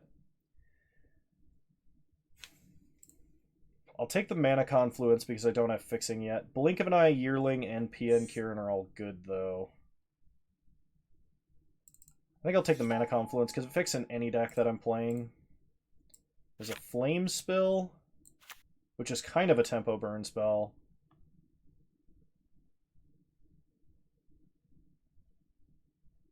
Did I miss Geist? Did it come around again? I'm going to take Whirler Rogue. This was the pack with Geist, I think. So I'm going to take Thought Scour. I don't think this is a Coma deck. And while this could be Control with Condemn, I think I would rather have the Cantrip. We might end up playing Control. I'm definitely taking Teferi here. Expansion Explosion's not bad. Don't think I'm playing Eidolon of Obstruction.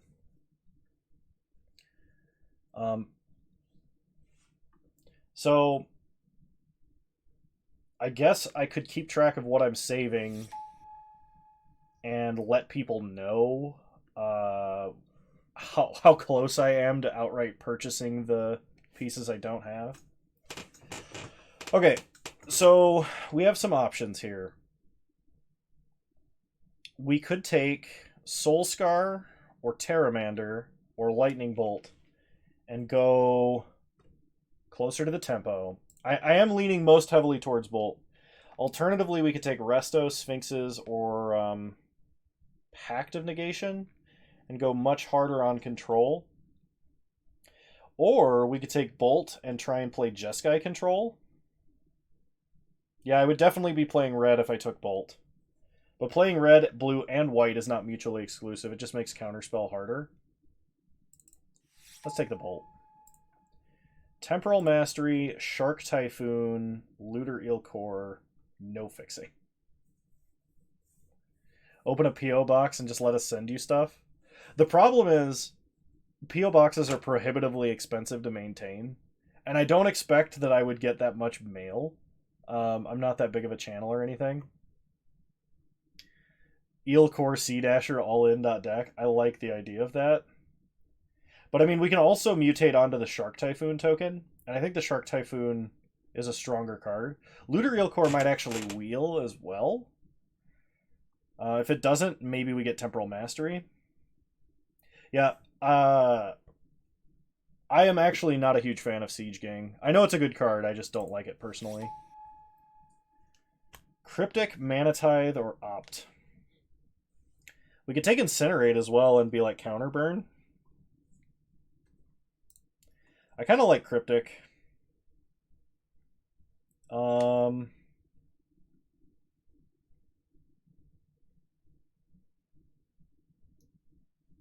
mail you bees just to keep you on your toes.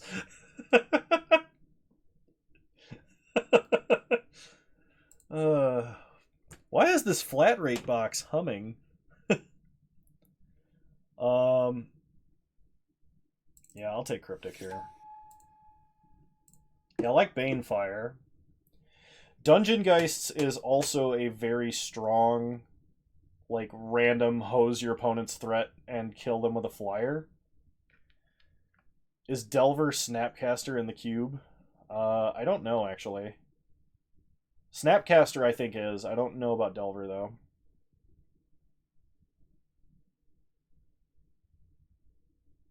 Welcome to Applebee's. Would you like apples or bees? Bees? He has chosen the bees!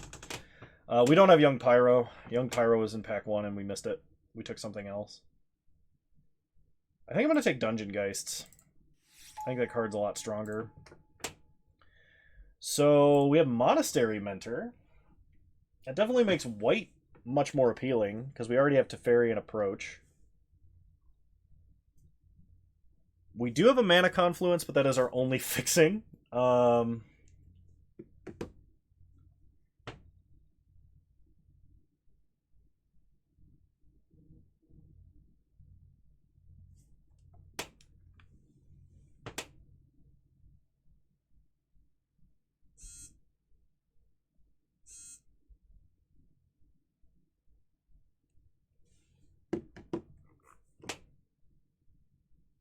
I think I'm going to take Mentor. Yeah, Treasure Map isn't bad, but I think Mentor is potential higher power ceiling. Magnum Opus, or Magma Opus, I should say, is actually pretty interesting because potentially it fixes for us as well as does a whole bunch of stuff if we ever cast it. It's just like another big giant instant. And if it's bad, we can just discard it and fix our mana and make a treasure. I kind of like that. Plus, how often do you get to cast Magma Opus? I want to take it. Magmatic Sinkhole or Roast? Sinkhole is a pretty good instant speed removal for creatures or planeswalkers. I think because of all of the counter spells we have, I think we have to take Magmatic Sinkhole over Roast. Just because it's instant speed. There's Nahiri, there's Prismari Command. So Nahiri, we do not have a large creature to get a huge payoff. Oh, Kanta is in this pack.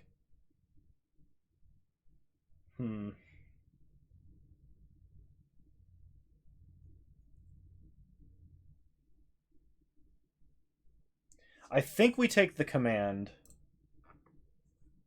It fixes if we need it to. It does a whole bunch of other stuff. And as Kanta makes us tap out pretty much early if we want to play it. Okay. So I don't really want to take any double white cards at this point with as minimal fixing as we've got. We could take Needle Spires, but it's a tap land and it's not a blue land. We can take Terramander because we are low on creatures. Scary Terry.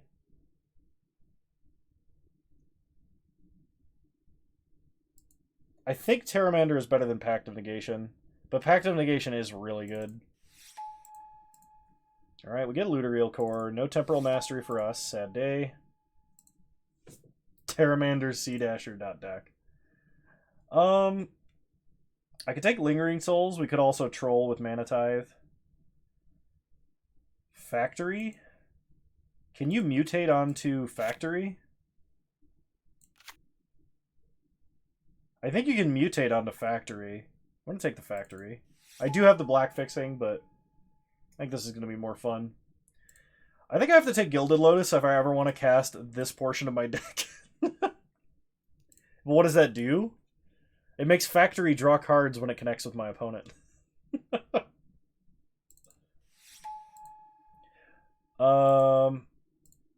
I will take Hard Evidence over a 5-color creature. Tectonic Edge, sure, and we get a Roast. Okay. This is tough. But I think the answer is Scalding Tarn. What does that do after Factory stops being a man? Oh, it stops being a man, but is still mutated, I think. Yes, so Gideon is going to be very difficult to cast. Force of Negation is very good. And is the kind of card that we want in a deck like this. But we have almost no fixing, and we really need fixing, and Scalding Tarn is fixing. The other thing is, like, we have 26 playable cards. We don't need more playables. We need fixing. There's a Flooded Strand, but we have no Steam Vents.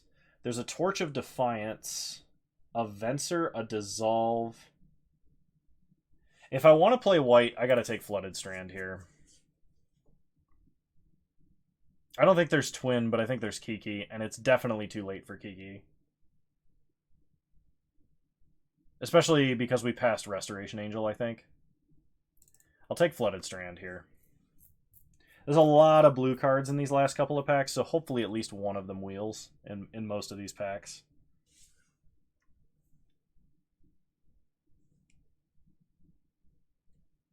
If a man land stops manning in a forest with no spells in hand, does your opponent hear it?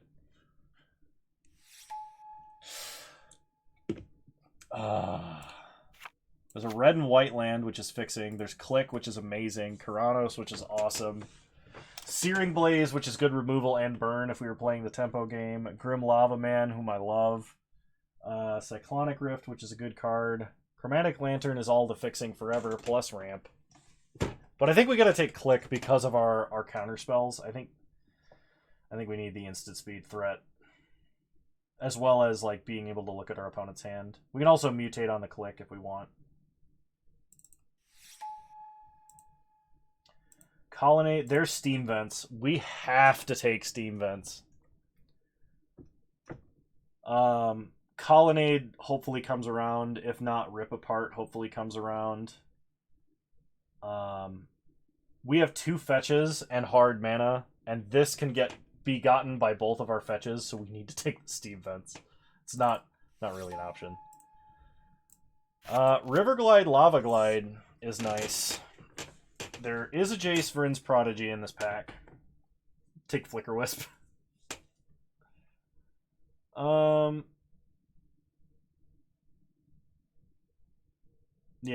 like, we gotta take the land. There's really no... Like, something from this pack hopefully wheels for us, but...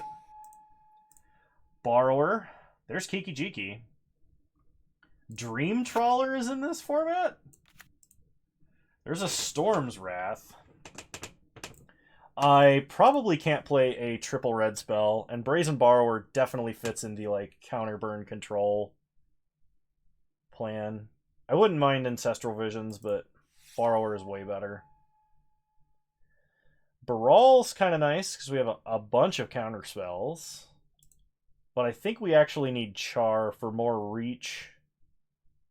And... removal. Yeah, we're not playing the other cards in this pack. Glacial Fortress, Gear Hulk, Fabled Passage.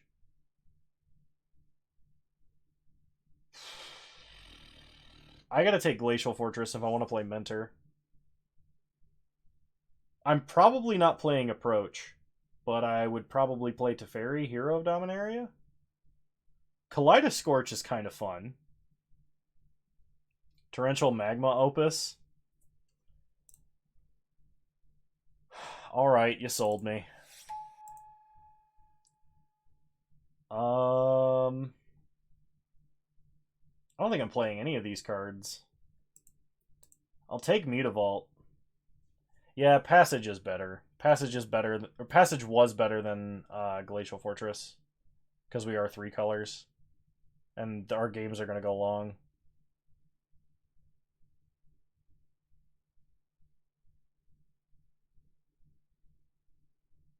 I'm going to take Mutavault, but I may not be playing it.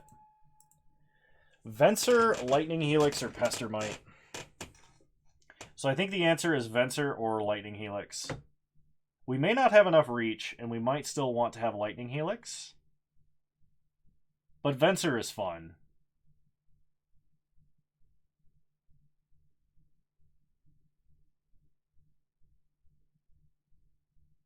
I think I would rather have the Venser, because he's both a counterspell and a creature. Keranos is great. Needle Verge, Pillar Verge is fixing. But at this point, I may not even need to play white if I take Keranos. Kiki Venser, though. That's not... I don't think that's what's happening here. I'm going to take Keranos. Rip Apart can go on the sideboard. We don't have enough... Like, we're not going to be mono islands, which is really what Tempest Jin wants. Cho'Cthulhu, thanks for following.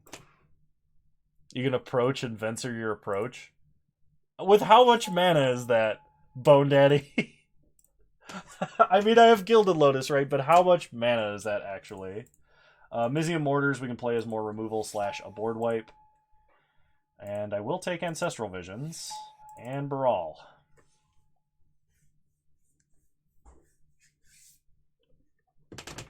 Okay. What are we actually doing here? I could have had a really good blue-white control deck if I had actually taken the blue-white control cards. So what does this deck look like without white cards in it at all? Like, actually fairly good. I wouldn't be playing Roast. We have better removal. I'm probably not playing Hard Evidence.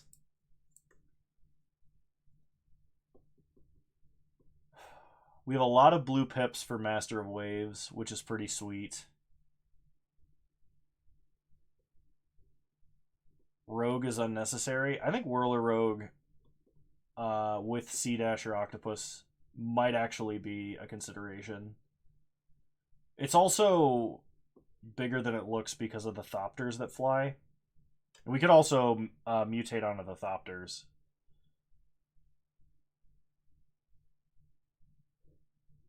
I don't think I play Thought Scour, because while the cantrip is nice and does trigger prowess off of Abbott, I think without Snapcaster or some way to buy stuff back from the grave, it's not great.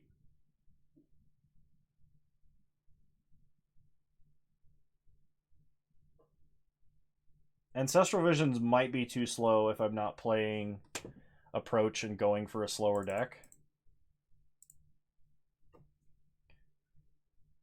I probably don't need Gilded Lotus if I play 17 lands. Keranos in the sideboard? I mean, I can play it. I'm going to have a lot of Devotion. So it's not unreasonable to, like, actually activate a Keranos. And he is a Howling Mine.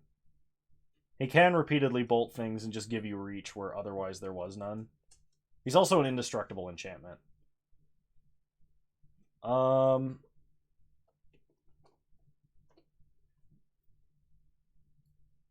maybe I don't play Expansion Explosion.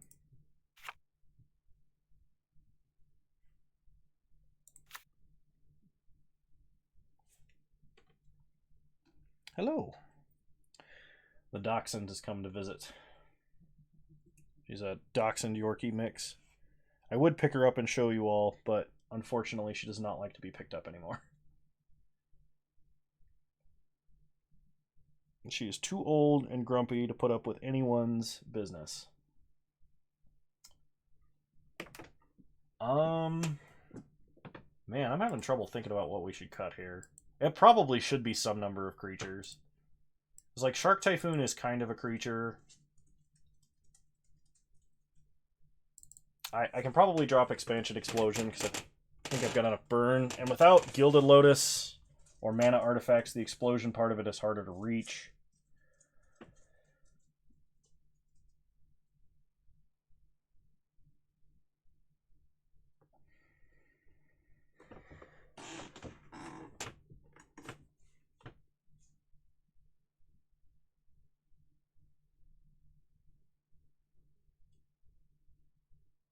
Trim on red for better turn 2 or 4. Counterspell or Cryptic. I actually think our mana is going to be fine. We may not need Sinkhole in the main deck. I can see that argument. Because like we have some low to the ground burn. It's only if we're playing against larger creatures or planeswalkers that we're going to need something like Sinkhole. Sissio, welcome. Glad you could make it.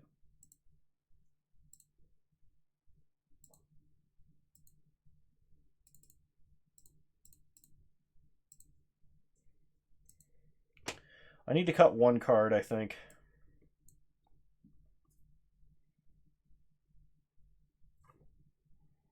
What is the worst card in this deck? Opus as a land?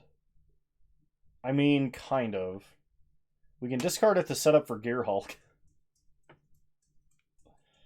But that's like the only combo we got.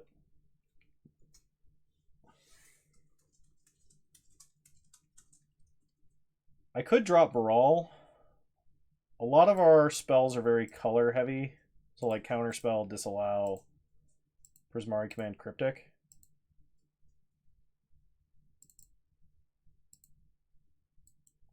I think we're going to try it like this.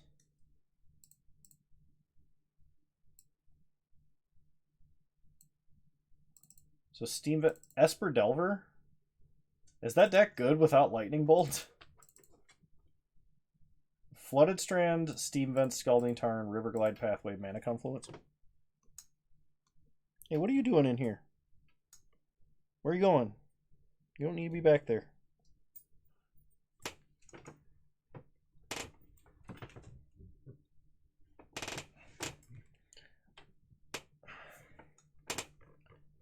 I mean, it does, but I don't want to tap out for a Baral early.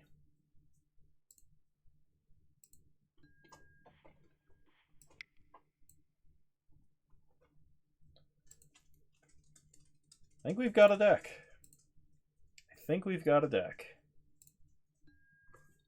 Pocket Yuff, welcome back.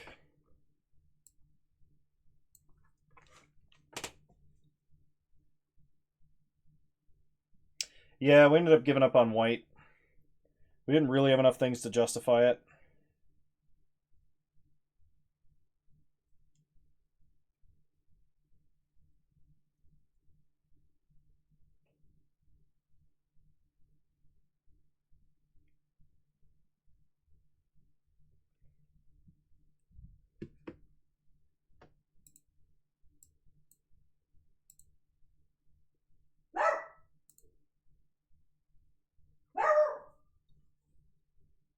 With 2 colors, we could side in Manlands in some matchups. I could see it.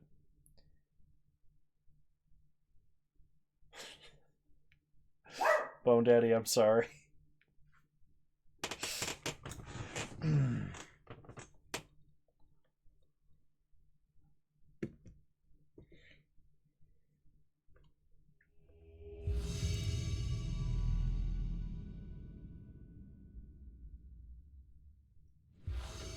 Alright, round 1, we're on the play. Let's play first. This hand seems good. We'll keep. So we potentially have a censor. If we draw land, we have a disallow and a borrower.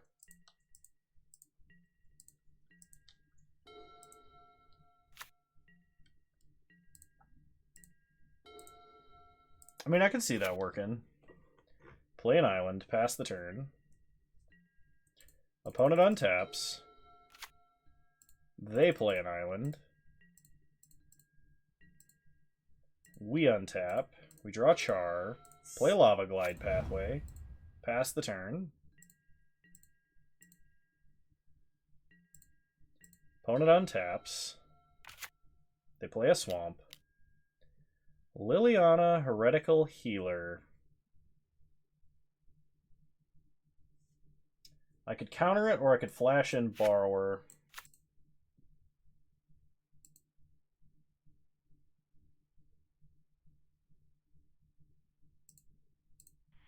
Let's censor. I don't know how many good censor targets we're going to have.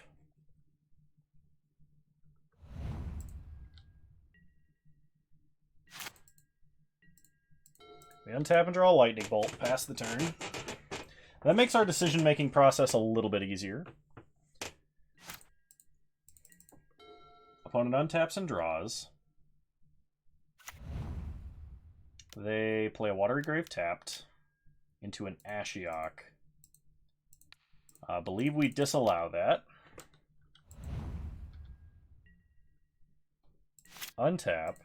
We draw an island. Play an island, pass the turn. Now we have Venser.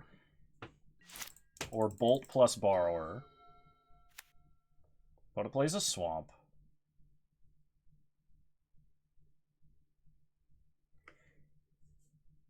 Good old Liliana creature into Ashiok. The Scarab God. I mean, we just Venser Yeet, right?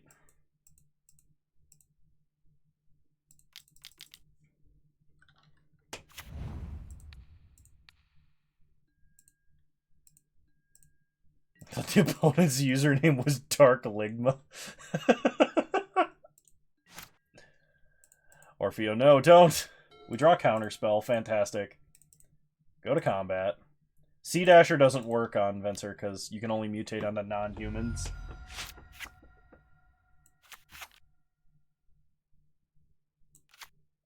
Opponent untaps, they draw. They play a land.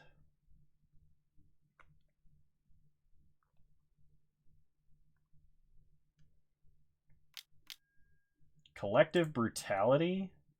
They're going to duress us. I actually don't want them to see what's in my hand.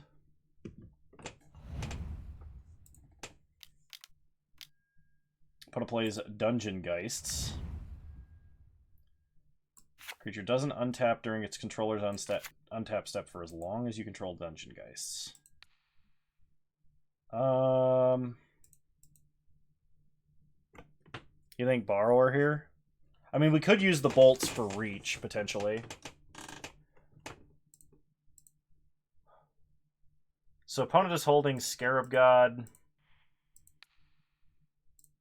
Yeah, let's actually Petty Theft that.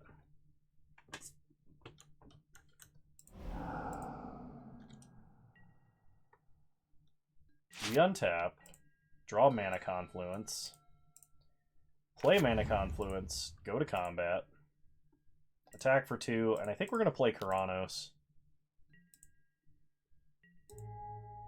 Because without a counterspell, I have no idea how my opponent answers this.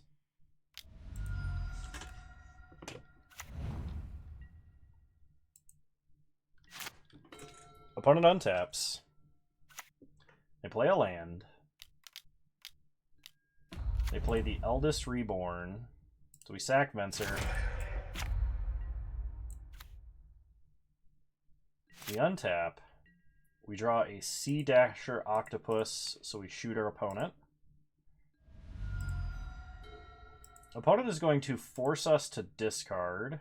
So we're probably going to have to discard the Char. We could discard the Octopus, actually, because the Octopus might have a tough time hitting our opponent. I think I'm going to discard the Octopus.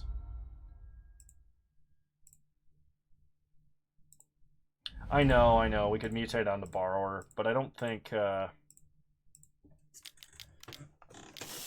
Opponent plays a Liliana Dreadhorde General.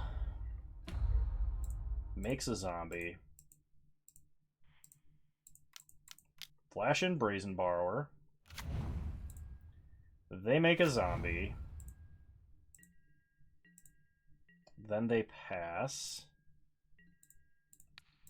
Lightning Bolt them. Untap. Mon Karanos. Flooded Strand. We draw. Island. Play Flooded Strand. Go to combat. Attack Dark Enigma. Our opponent. Hit them to 7. Now all we need is a Karanos trigger, and we win. They could reanimate Venser and bounce Karanos, or they could reanimate Ashiok off of Eldest Reborn.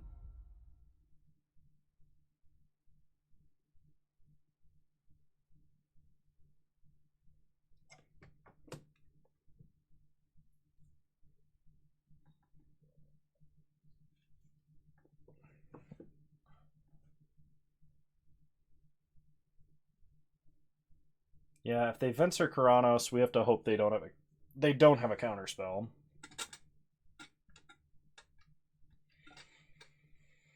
If we used all our burn to kill oh, they're getting back Liliana? That's kind of interesting. Opponent Inquisitions. Char.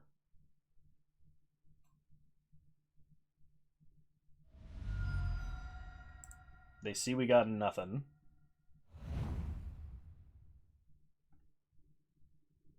So I think they have to barter in blood with Liliana now, if they don't have a different removal spell. Which means they're going to lose Liliana Heretical Healer, unless they play Scarab God first and barter in blood with that creature. They play Dungeon Geists. I forgot about Dungeon Geists. Well, we just need to draw a non-land card and Lightning Bolt our opponent. That's really it. Burst Lightning off the top also does it. We get hit for 2. Down to 15. Crack Flooded Strand. Steam Vents tapped. Untap. Vendilion Click. Kill you? Yeah! Karanos! Gotta win in games! Alright,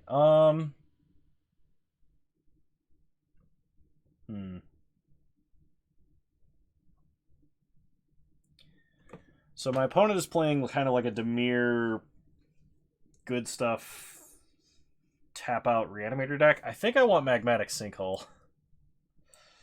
I don't know what it's better than, though.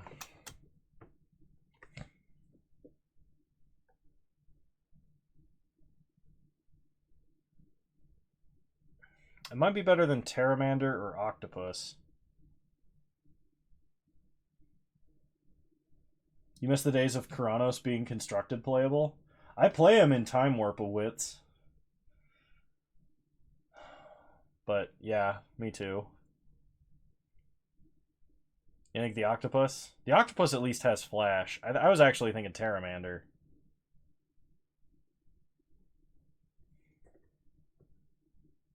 I want to drop Terramander.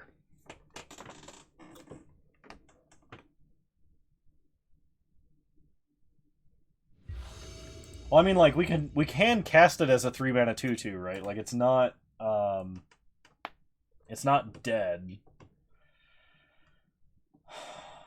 This hand is not as interactive as our other one. We can cycle the Shark Typhoon. We'll have access to Venser and Sinkhole soon enough. Oh, we're playing Modern Cube right now. The limited cube format comprised of modern legal cards.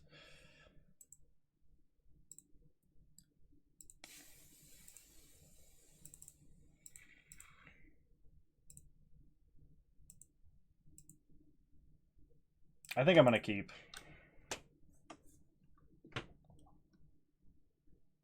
I really wish we had, like, Censor, Counterspell, Lightning Bolt, Remand. Most of those would be good. Okay, play Flooded Strand. Pass the turn. Time to eat rice from a Ziploc bag? Orfeo, you concern me. Crack Flooded Strand. Get a Steam Vents tapped. Jace resolves. We untap. We draw Prismari command. Play an island. Well, if we get to one more mana, we can Prismari command to kill Jace. Permalock Dungeon Geist strats. Let's go. Opponent plays a Nighthawk Scavenger. We untap and draw Whirler Rogue. So I'm probably just going to shock and make a treasure, but I can wait.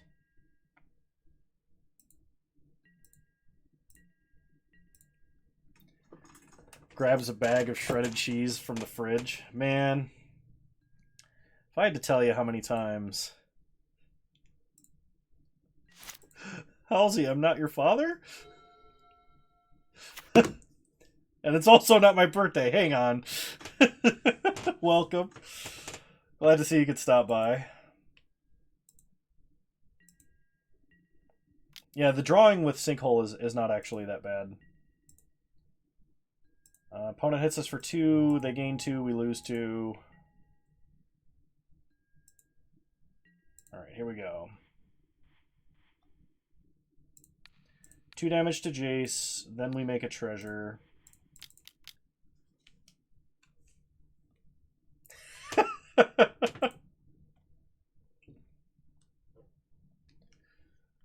Opponent only has 3 cards in hand. They loot Hornet Queen, so they've got some Reanimator shenanigans going on over there. We get a treasure. Untap. We draw Scalding Tarn. This has Death Touch, right? Yeah, okay. Play Scalding Tarn. See you later, Halsey. Thanks for stopping by. Glad to have you.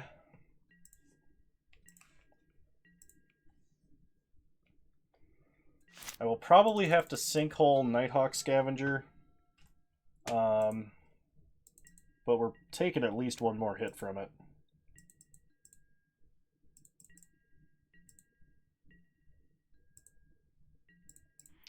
Down their end step. Crack for a mountain. Sinkhole.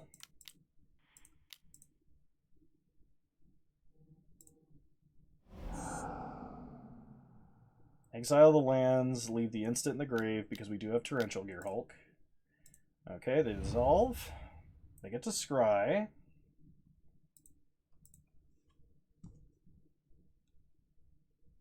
Kind of wish it would say whether it was to the top or bottom. They put 1 card on top of their library. Concerning. We untap. We draw Remand. That makes me feel a lot better about playing Dungeon Geists. So play Dungeon Geists. Let's lock down this Nighthawk Scavenger. Pass the turn.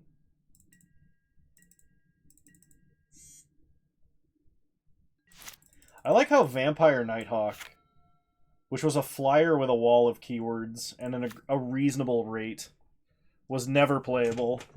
So then they just printed it with a scaling power as a rare, and then it became playable. And I guess it still technically isn't, because this doesn't get seen in a lot of like modern constructed decks or anything, but Opponent plays Ashiok. So yeet. We get Kuranos. Excellent. Untap. We draw land. Play an island. I don't think there is, actually, no. And that's the wall of keywordsiest creature that exists, I think, besides, like, a chroma. It's definitely wall of text, if not wall of keywords. I think I'm just going to leave up Venser if my opponent's going to replay Ashiok or really anything at this point.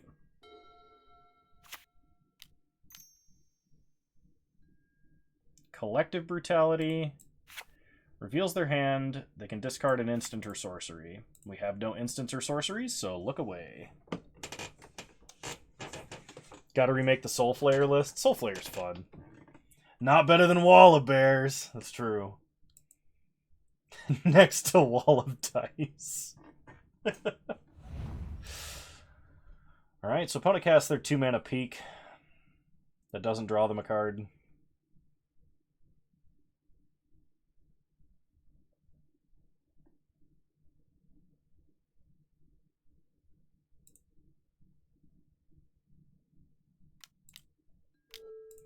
They play Ashiok.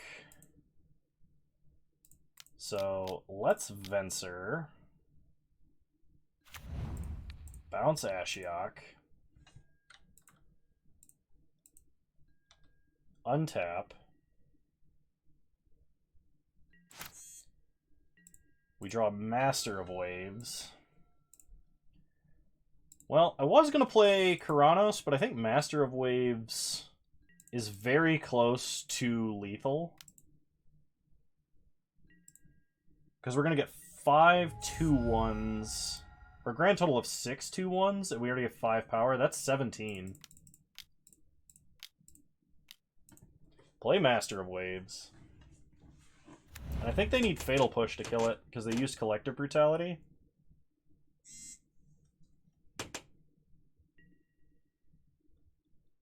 Opponent untaps.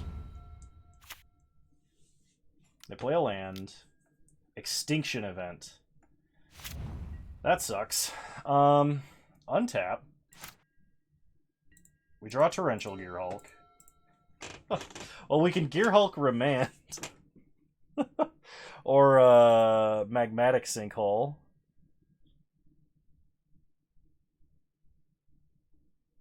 Hold for Opus. I'm inclined to actually cast Shark Typhoon or Keranos. I think the correct choice here is playing Keranos. So play Keranos. This way, if we draw a card, we can take out the Nighthawk Scavenger. If they just play Ashiok and uptick, we can Torrential Gear Hulk for Magmatic Sinkhole. They play Atris. Arrange the cards into piles. You can look at... The top pile will be face up. I will give you Disallow and a Swamp versus the Mystery Box. The Mystery Box being Grizzlebrand. They put the Disallow and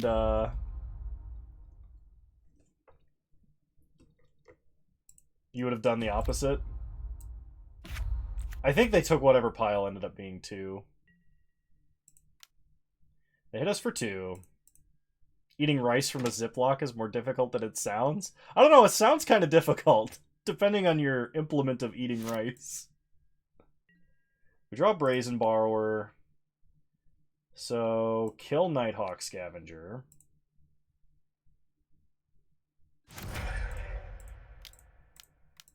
And because we gave them Disallow, let's Gear Hulk for Sinkhole. Sinkhole, kill Ashiok. Oh, that's cute. You think I'm using utensil.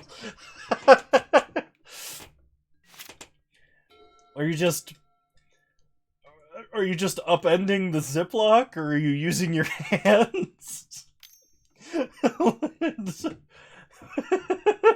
I was about to say, like, are you using the are you using your hands like a savage? But if I were in your position, I totally would. And I think I qualify more than anything as actually a savage.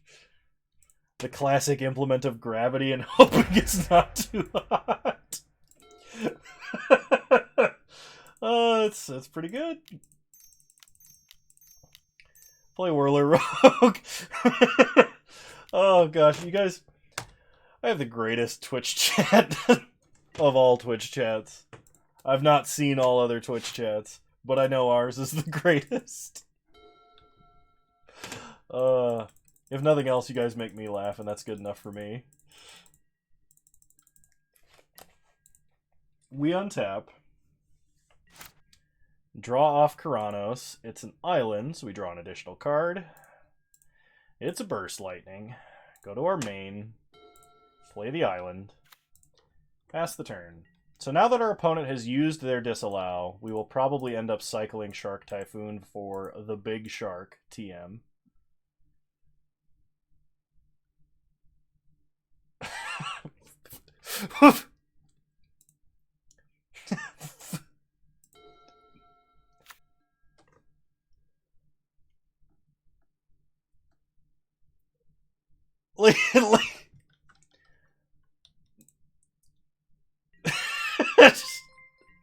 Tarek, welcome. Yeah, clip this, please. Like,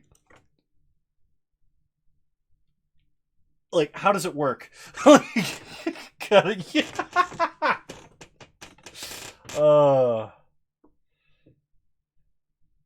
Rice out of a bag. How does it work? All right, cycle the Shark Typhoon. Derek, like, what the hell is going on? We're talking about the logistics of reaching rice in a bag with no utensils. Jaws music starts. Tarek regrets the sub. Thank you so much for the 9 months, Tarek. I really, really appreciate the support. It's good having you around. Oh, crap. I just realized I did that right as the Clipmaster showed up. We draw a Cryptic, Lightning Bolt our opponent. Go to combat. Attack for 5. Oh, man. Like, newest physics game Rice Bag Simulator. That's tech advancement. Well, like, I didn't even think about it, but you said, like, scoop with the tongue. And, like, I thought about acting that out post doing everything I just did, and then decided that's probably not what I should be doing with my life. Do I Cryptic this? I could just, like, bolt, flash Borrower.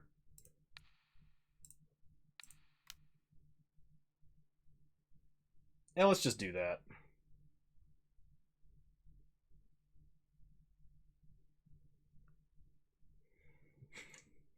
I regret nothing.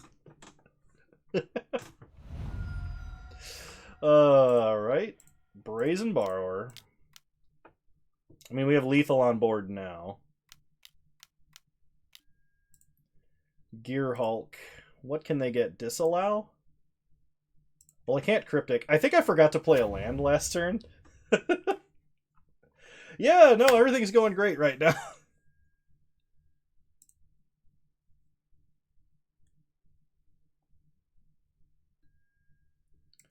So opponent counters, they get to scry. We can Burst Lightning them.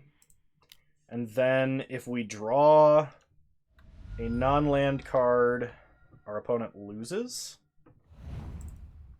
On the spot. I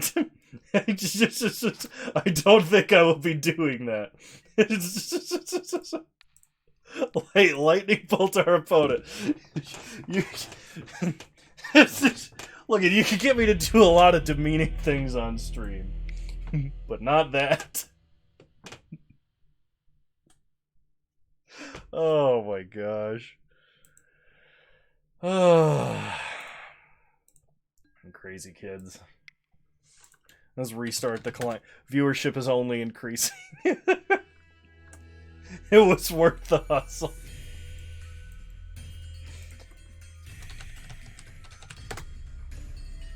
Great content. Oh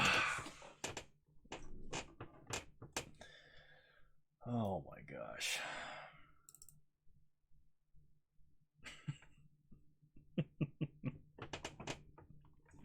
I'm sure the people on YouTube later will be laughing about it.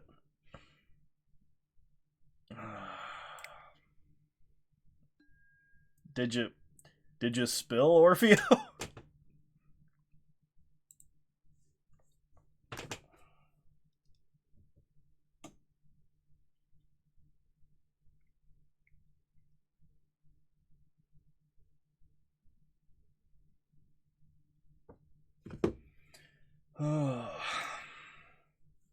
It might be great content, but is it quality content? You mean those two aren't synonymous?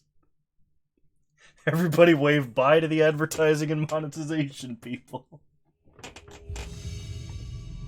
Oh. Oh.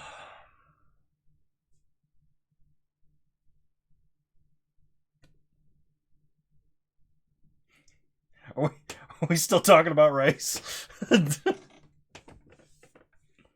Just to be clear, today's stream is basically Hot Tub Kano. Not at all. Hot Tub Kano would be the gleaming round whiteness that is my gut. There's none of that happening here. I think this is a mulligan. Like, if we had a mountain, this hand might be good, but we definitely have better hands. This hand is almost amazing. But not quite. I don't think I can keep a one-lander. Much better. Don't threaten us with a good time. Buy Raid Shadow Legends sponsors. Bold of you to assume that Raid Shadow Legends would ask me to do a video for them. Play Terramander. Somebody's gonna, like, refer me. They're gonna be like, here's Kano's business email. It's just... I'll take my shirt off and they'll be like, oh, the second sun's approaching! We lose our Terramander to a Flame Slash.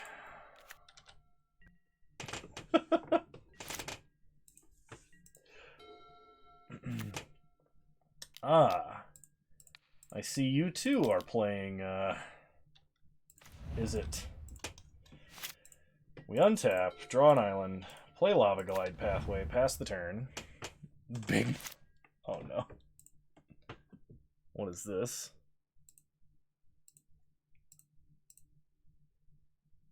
That doesn't go anywhere. That link doesn't go anywhere. Put a place Jace again. I actually think I'm gonna counterspell that. We untap, draw Censor, play an island, pass the turn. Was that one of the clips?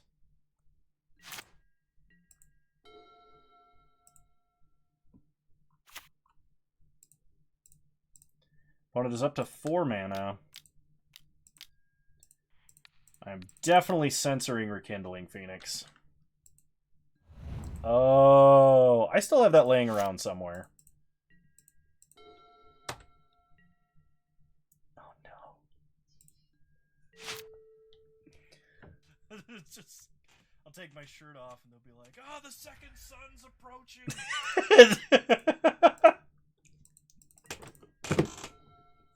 Oh, Tarek, thank you. Oh my god. You know what, I'm like... I was gonna say, when I'm getting old and, like, senile... Yeet. Provided, of course, Twitch is still around, or somebody archives all the Twitch footage. Like... we're gonna have... I would have this archive of just... Here's your life, Kano. Your entire time streaming. Tarek was ruthless in documenting all of the times you were a complete moron in front of the entire internet. Okay, opponent counterspells Venser, which leaves us with no answer to Warboss, which makes me very sad.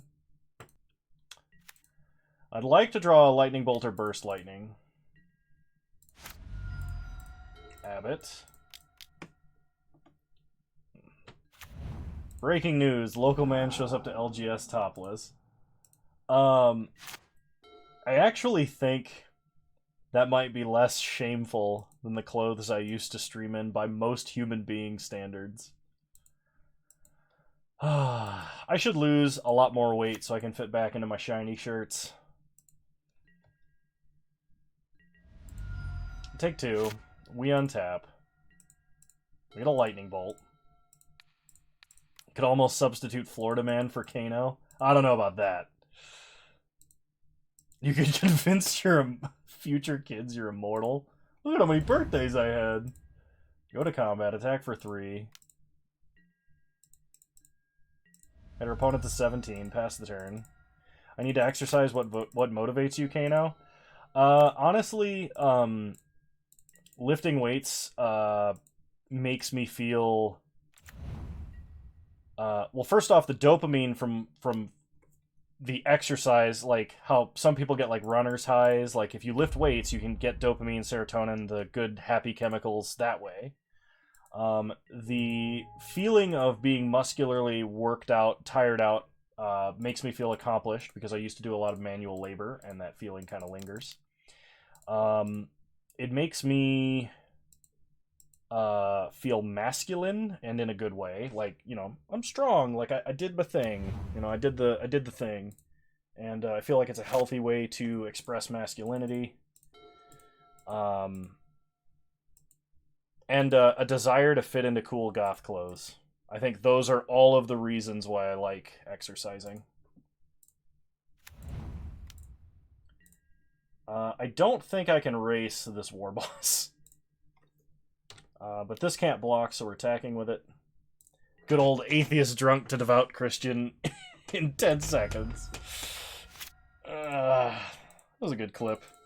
Terminus. This is top deck Terminus, or there is no god. Kano has a wholesome take on masculinity. The beard is a good way to express masculinity. Yeah, but like not everybody can grow a beard, right? And that's okay. I don't think like that has to be like exclusively how that's represented, right?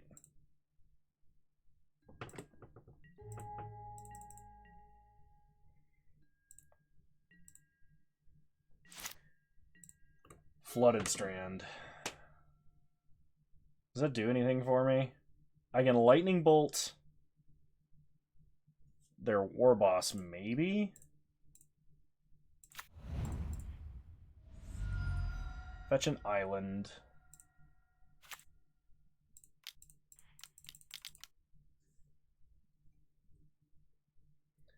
Like, I've actually, like... So, the flaw with this beard... Alright, subtlety. There is actually a flaw with this beard. It's not perfect. And my issue is, right here, it connects on... The image is reversed because the camera's flipped upside down. But on this side, the beard will connect. And on this side, it will not connect. There's actually one patch missing right here. So, like, for me, I get, like, this like, half moon, or, like, this crescent moon shape. But I just keep these trimmed so that it's even. I unfortunately can't, like, what I really wanted to do as a kid was just to have, like, the goatee, right? Like, the mustache goatee combo that just, like, is, like, right down here. I didn't want to have to deal with all this. You're saying the patch notes are incomplete? Oh, gosh. I think I do want Magmatic Sinkhole, and versus my opponent's deck, it's probably the Octopus that's coming out. Oh, no, I think it's the Terramander, actually. Kano's even punts it's sitting the right way up and has to have his red webcam fix it. Alright, this hand's good. We're keeping. Oh, man. Bat note. Yeah, I'm like roosting. Like on the ceiling. I got a pull-up bar and I'm just hanging upside down. That's why my face looks so red right now. I cut my hair short so you wouldn't be able to see that it was hanging.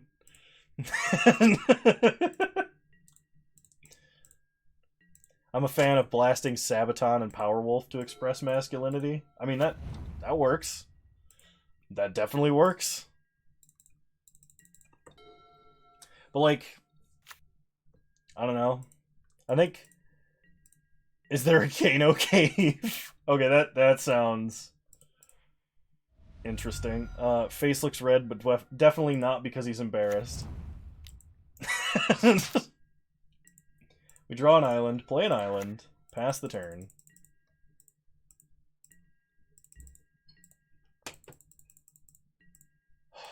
I need to actually get, like, back into lifting, because I went to a family party, and I ended up eating 11 cupcakes, because I got my aunt's cupcakes for the first time in forever.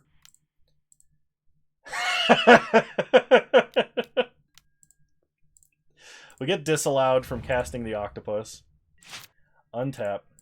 No, Porter would be ace. The dog.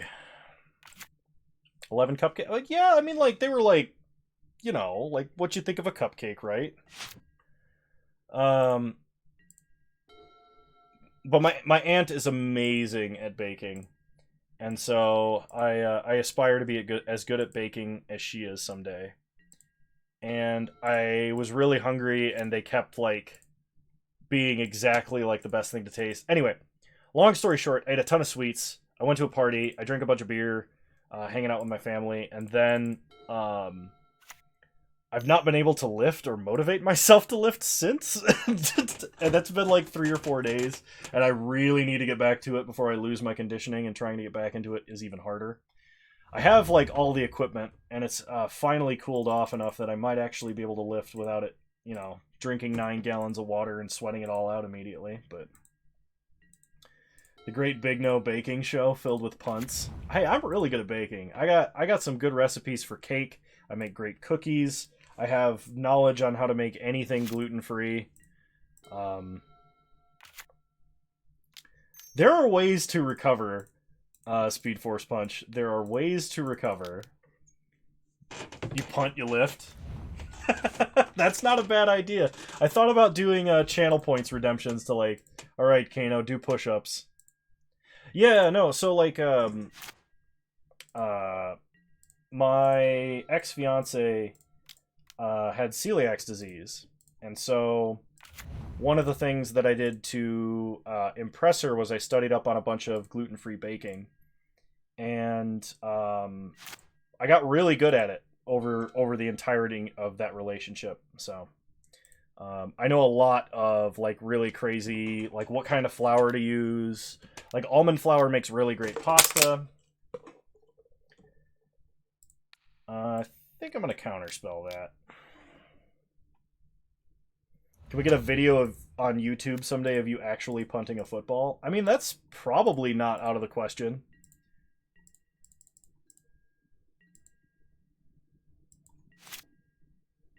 Okay, we draw Burst Lightning, go to combat. Attack for 1. 1 push-up per punt. You want me to die? Every punt in this league is 10 push-ups? Oh, gosh. I think I'm going to discard Censor, because it's getting to the point where Censor is not actually that useful. We're going to wait. We're still going to hold up Disallow.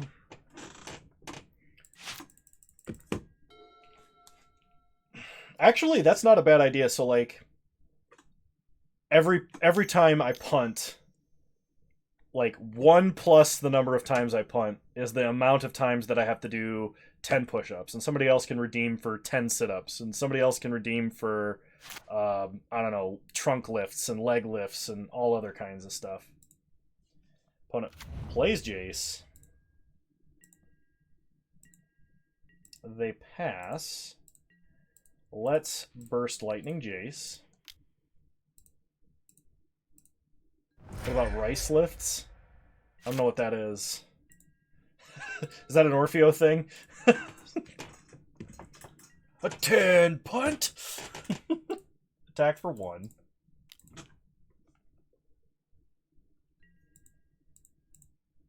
I mean, they make 20-pound bags of rice. I imagine would work out great for lifting-related purposes. I don't think Abbott is actually going to be good here. Tick record. Alright, I am actually thinking of disallowing this, but I'm gonna let it go. Jaws theme incoming. Yes, the massive shark typhoon.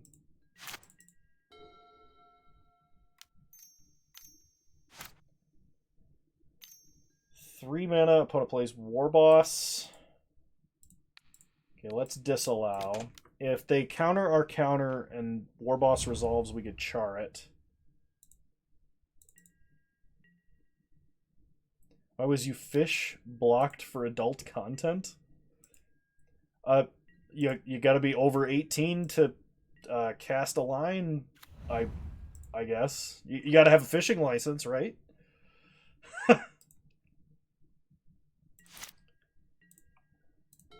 We untap and draw River Glide Pathway. We don't need any more red mana, so play River Glide Pathway. Play Dungeon Geists. Subtlety.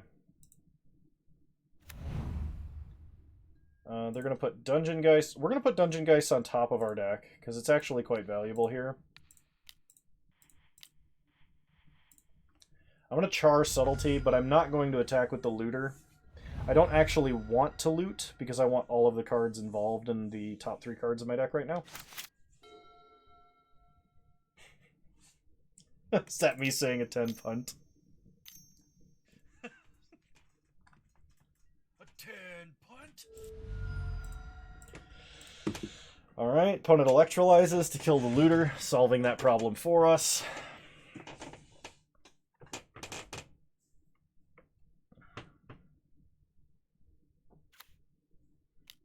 They play a land. They're going to animate Fumarole. Probably flip the power and toughness. They're going to hit us for 6. We're going to go to 7. Okay. Untap. We draw Dungeon Geists. Pass the turn. I think we're just going to cycle for Big Shark Typhoon here. Opponent has already used Disallow, so if they have Torrential, we're going to be sad. When your family asks you what your stream is like, do you show them Melvin the Mercurian? They know about the voice. They know that I've done voices before. But, actually, so occasionally my mom will tune in and watch. My dad has watched some of my YouTube videos on occasion. I think when he misses me.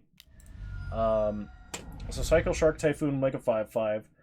But when I have to answer questions about it, frequently I show them like the photoshops of my face for like the emotes and stuff like that. And I think they kind of get the picture after that. Like I showed him Birthday Clown, and that one made my dad laugh. All right, we got completely blown out.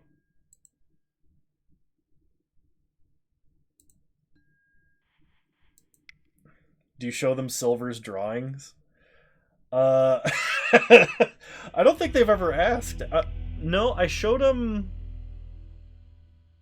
I think the Kano 47 drawing. I showed them the Kano 47 drawing.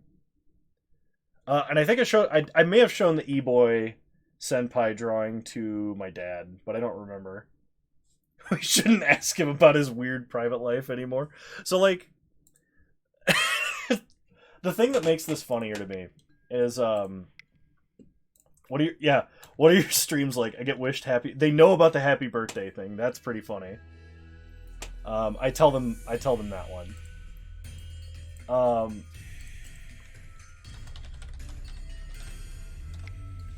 But that's like, I enjoy talking to my dad about it because my dad is, he's very intelligent, but he's not computer oriented. He's very mechanically oriented.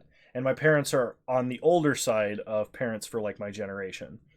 So they struggle to kind of keep up to date with tech and whatnot. But so like not having that background and then trying to explain to him like what's going on and what it means, like he'll get it.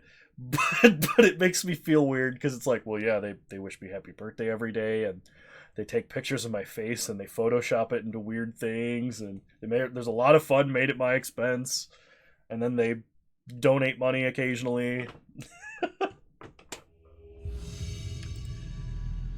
uh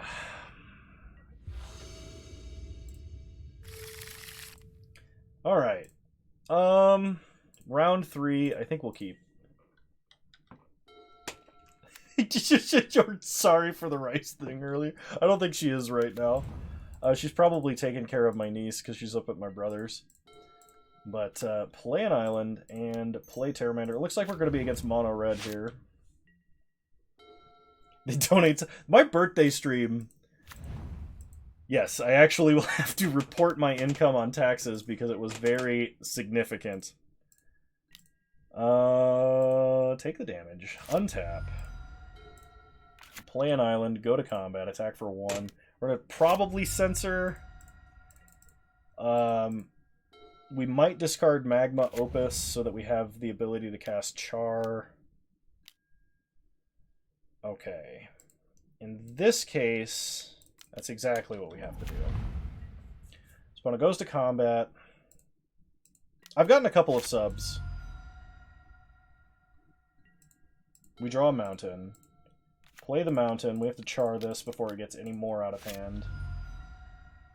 Attack for 1 because we're still not blocking.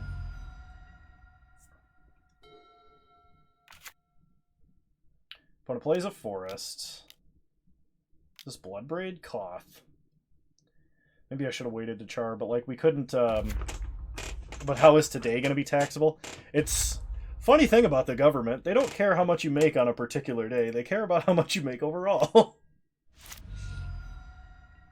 We drop Raisin Borrower. Can I do anything about that? I can yeet Koth. And then maybe censor him.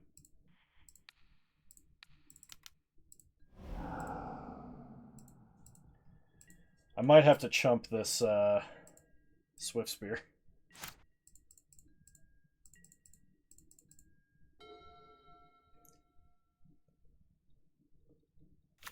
Yes, I received way more donations than I probably ever deserve. Okay. Opponent had a land to play around the censor. No. Actual factual birthday is the 27th of April. Alright. We're going to bring in Sinkhole, Roast, and Mortars because we're going to need a lot more board removal. Censor still has utility, but Remand is a lot worse here. As is Disallow. Someone clip that and delete it. We don't need any hard evidence of his real birthday.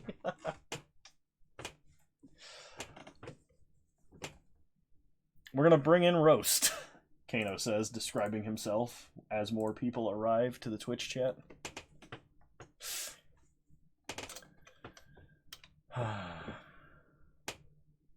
Hard evidence can block a bit. That's actually not a bad idea. We'll bring in the hard evidence. Kind of slow down our opponents a little bit. Magma Opus strikes me as something we're never going to cast.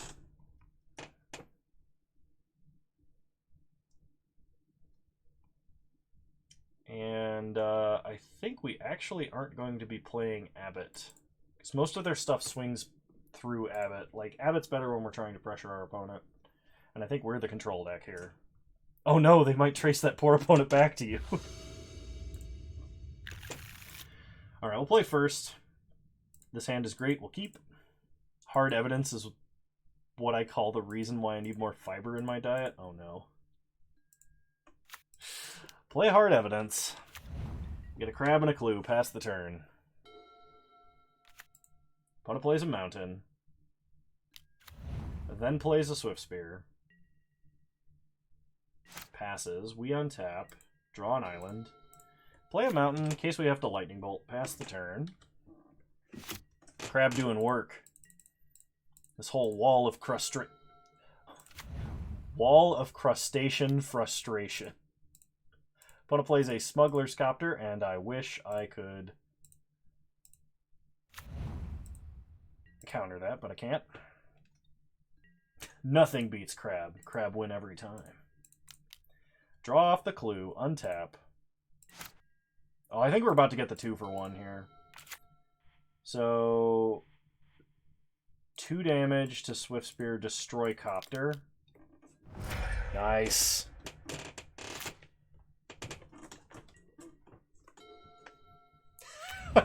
Gosh.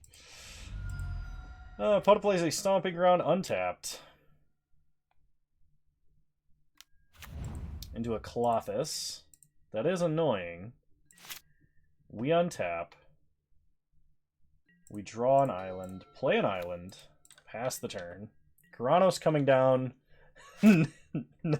Next turn. Kano tastefully ignores chat. Someone marked the bingo card. We're talking about the crustacean. Ignore Monkey. Advance to Crab.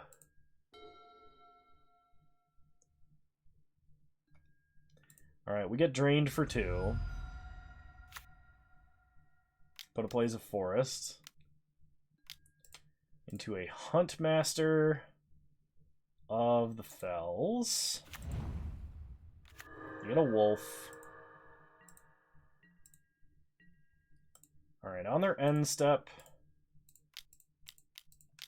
Venser, bounce,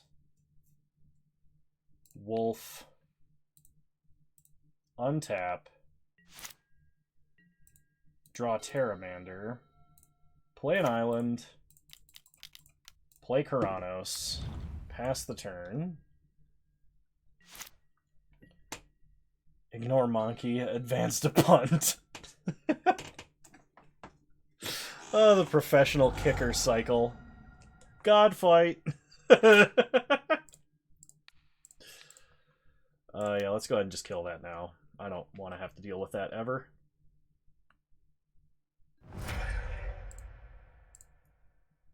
We draw Burst Lightning, shoot our opponent.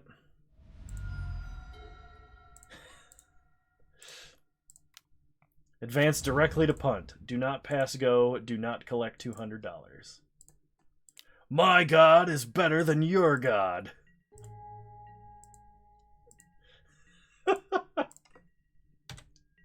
What was that old George Carlin bit? My God has a bigger dick than your God.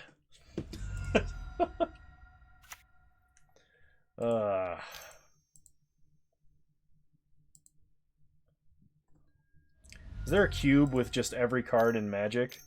No archetypes, just random packs of cards? No, but it kind of feels like there should be. Just absolute Chaos Draft. Chaos Draft is usually curated and different packs from all of Magic. What are you going to revoke, opponent? Jace the Mind Sculptor? Well, I don't have a Jace the Mind Sculptor. Now I want you to play Battle of Wits. As soon as I get a new computer, I won't have an excuse anymore. Kill the Revoker. Go to combat. Attack for 2.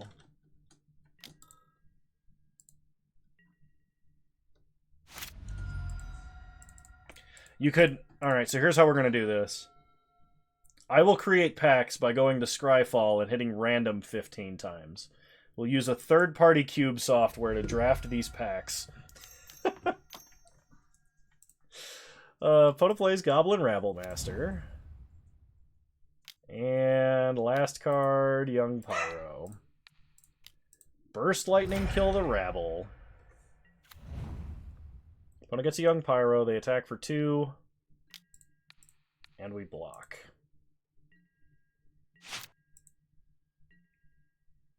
Oh, you're thinking of Momir. Momir Vig. Crab's been doing a lot of work. So, you've activated my trap dachshund. That is about how much sense that first season of Yu-Gi-Oh! Made. Like...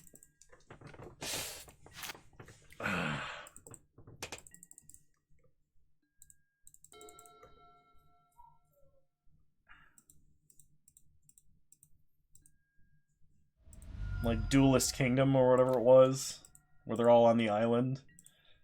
And it's just like, whose duel is it anyway, where the rules are made up and the star points don't matter or whatever. Cycle Shark Typhoon.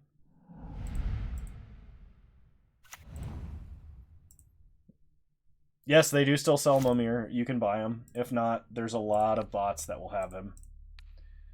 So bolt our opponent. We really have to race them down here. Play an island. Go to combat. Attack for 5.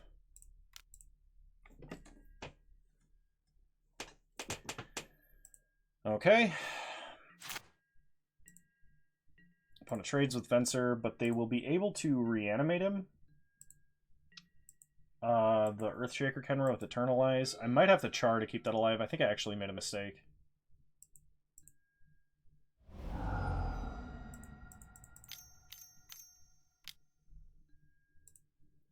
Perforos.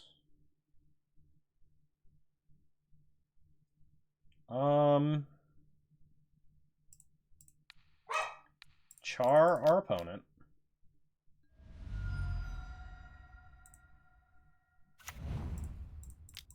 Vendilion Click.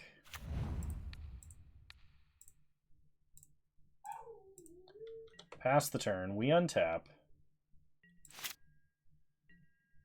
We draw a mountain, which means we draw an extra card, and it's Magmatic Sinkhole. Play a mountain. Go to combat. Attack for 6. Opponent goes to 7. Pass the turn.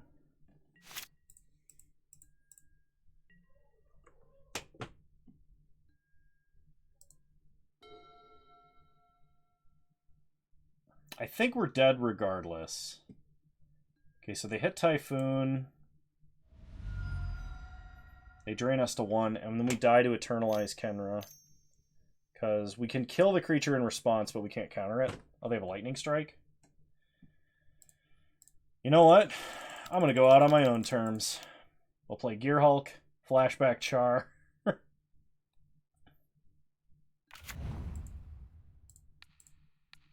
Char our opponent and kill ourselves.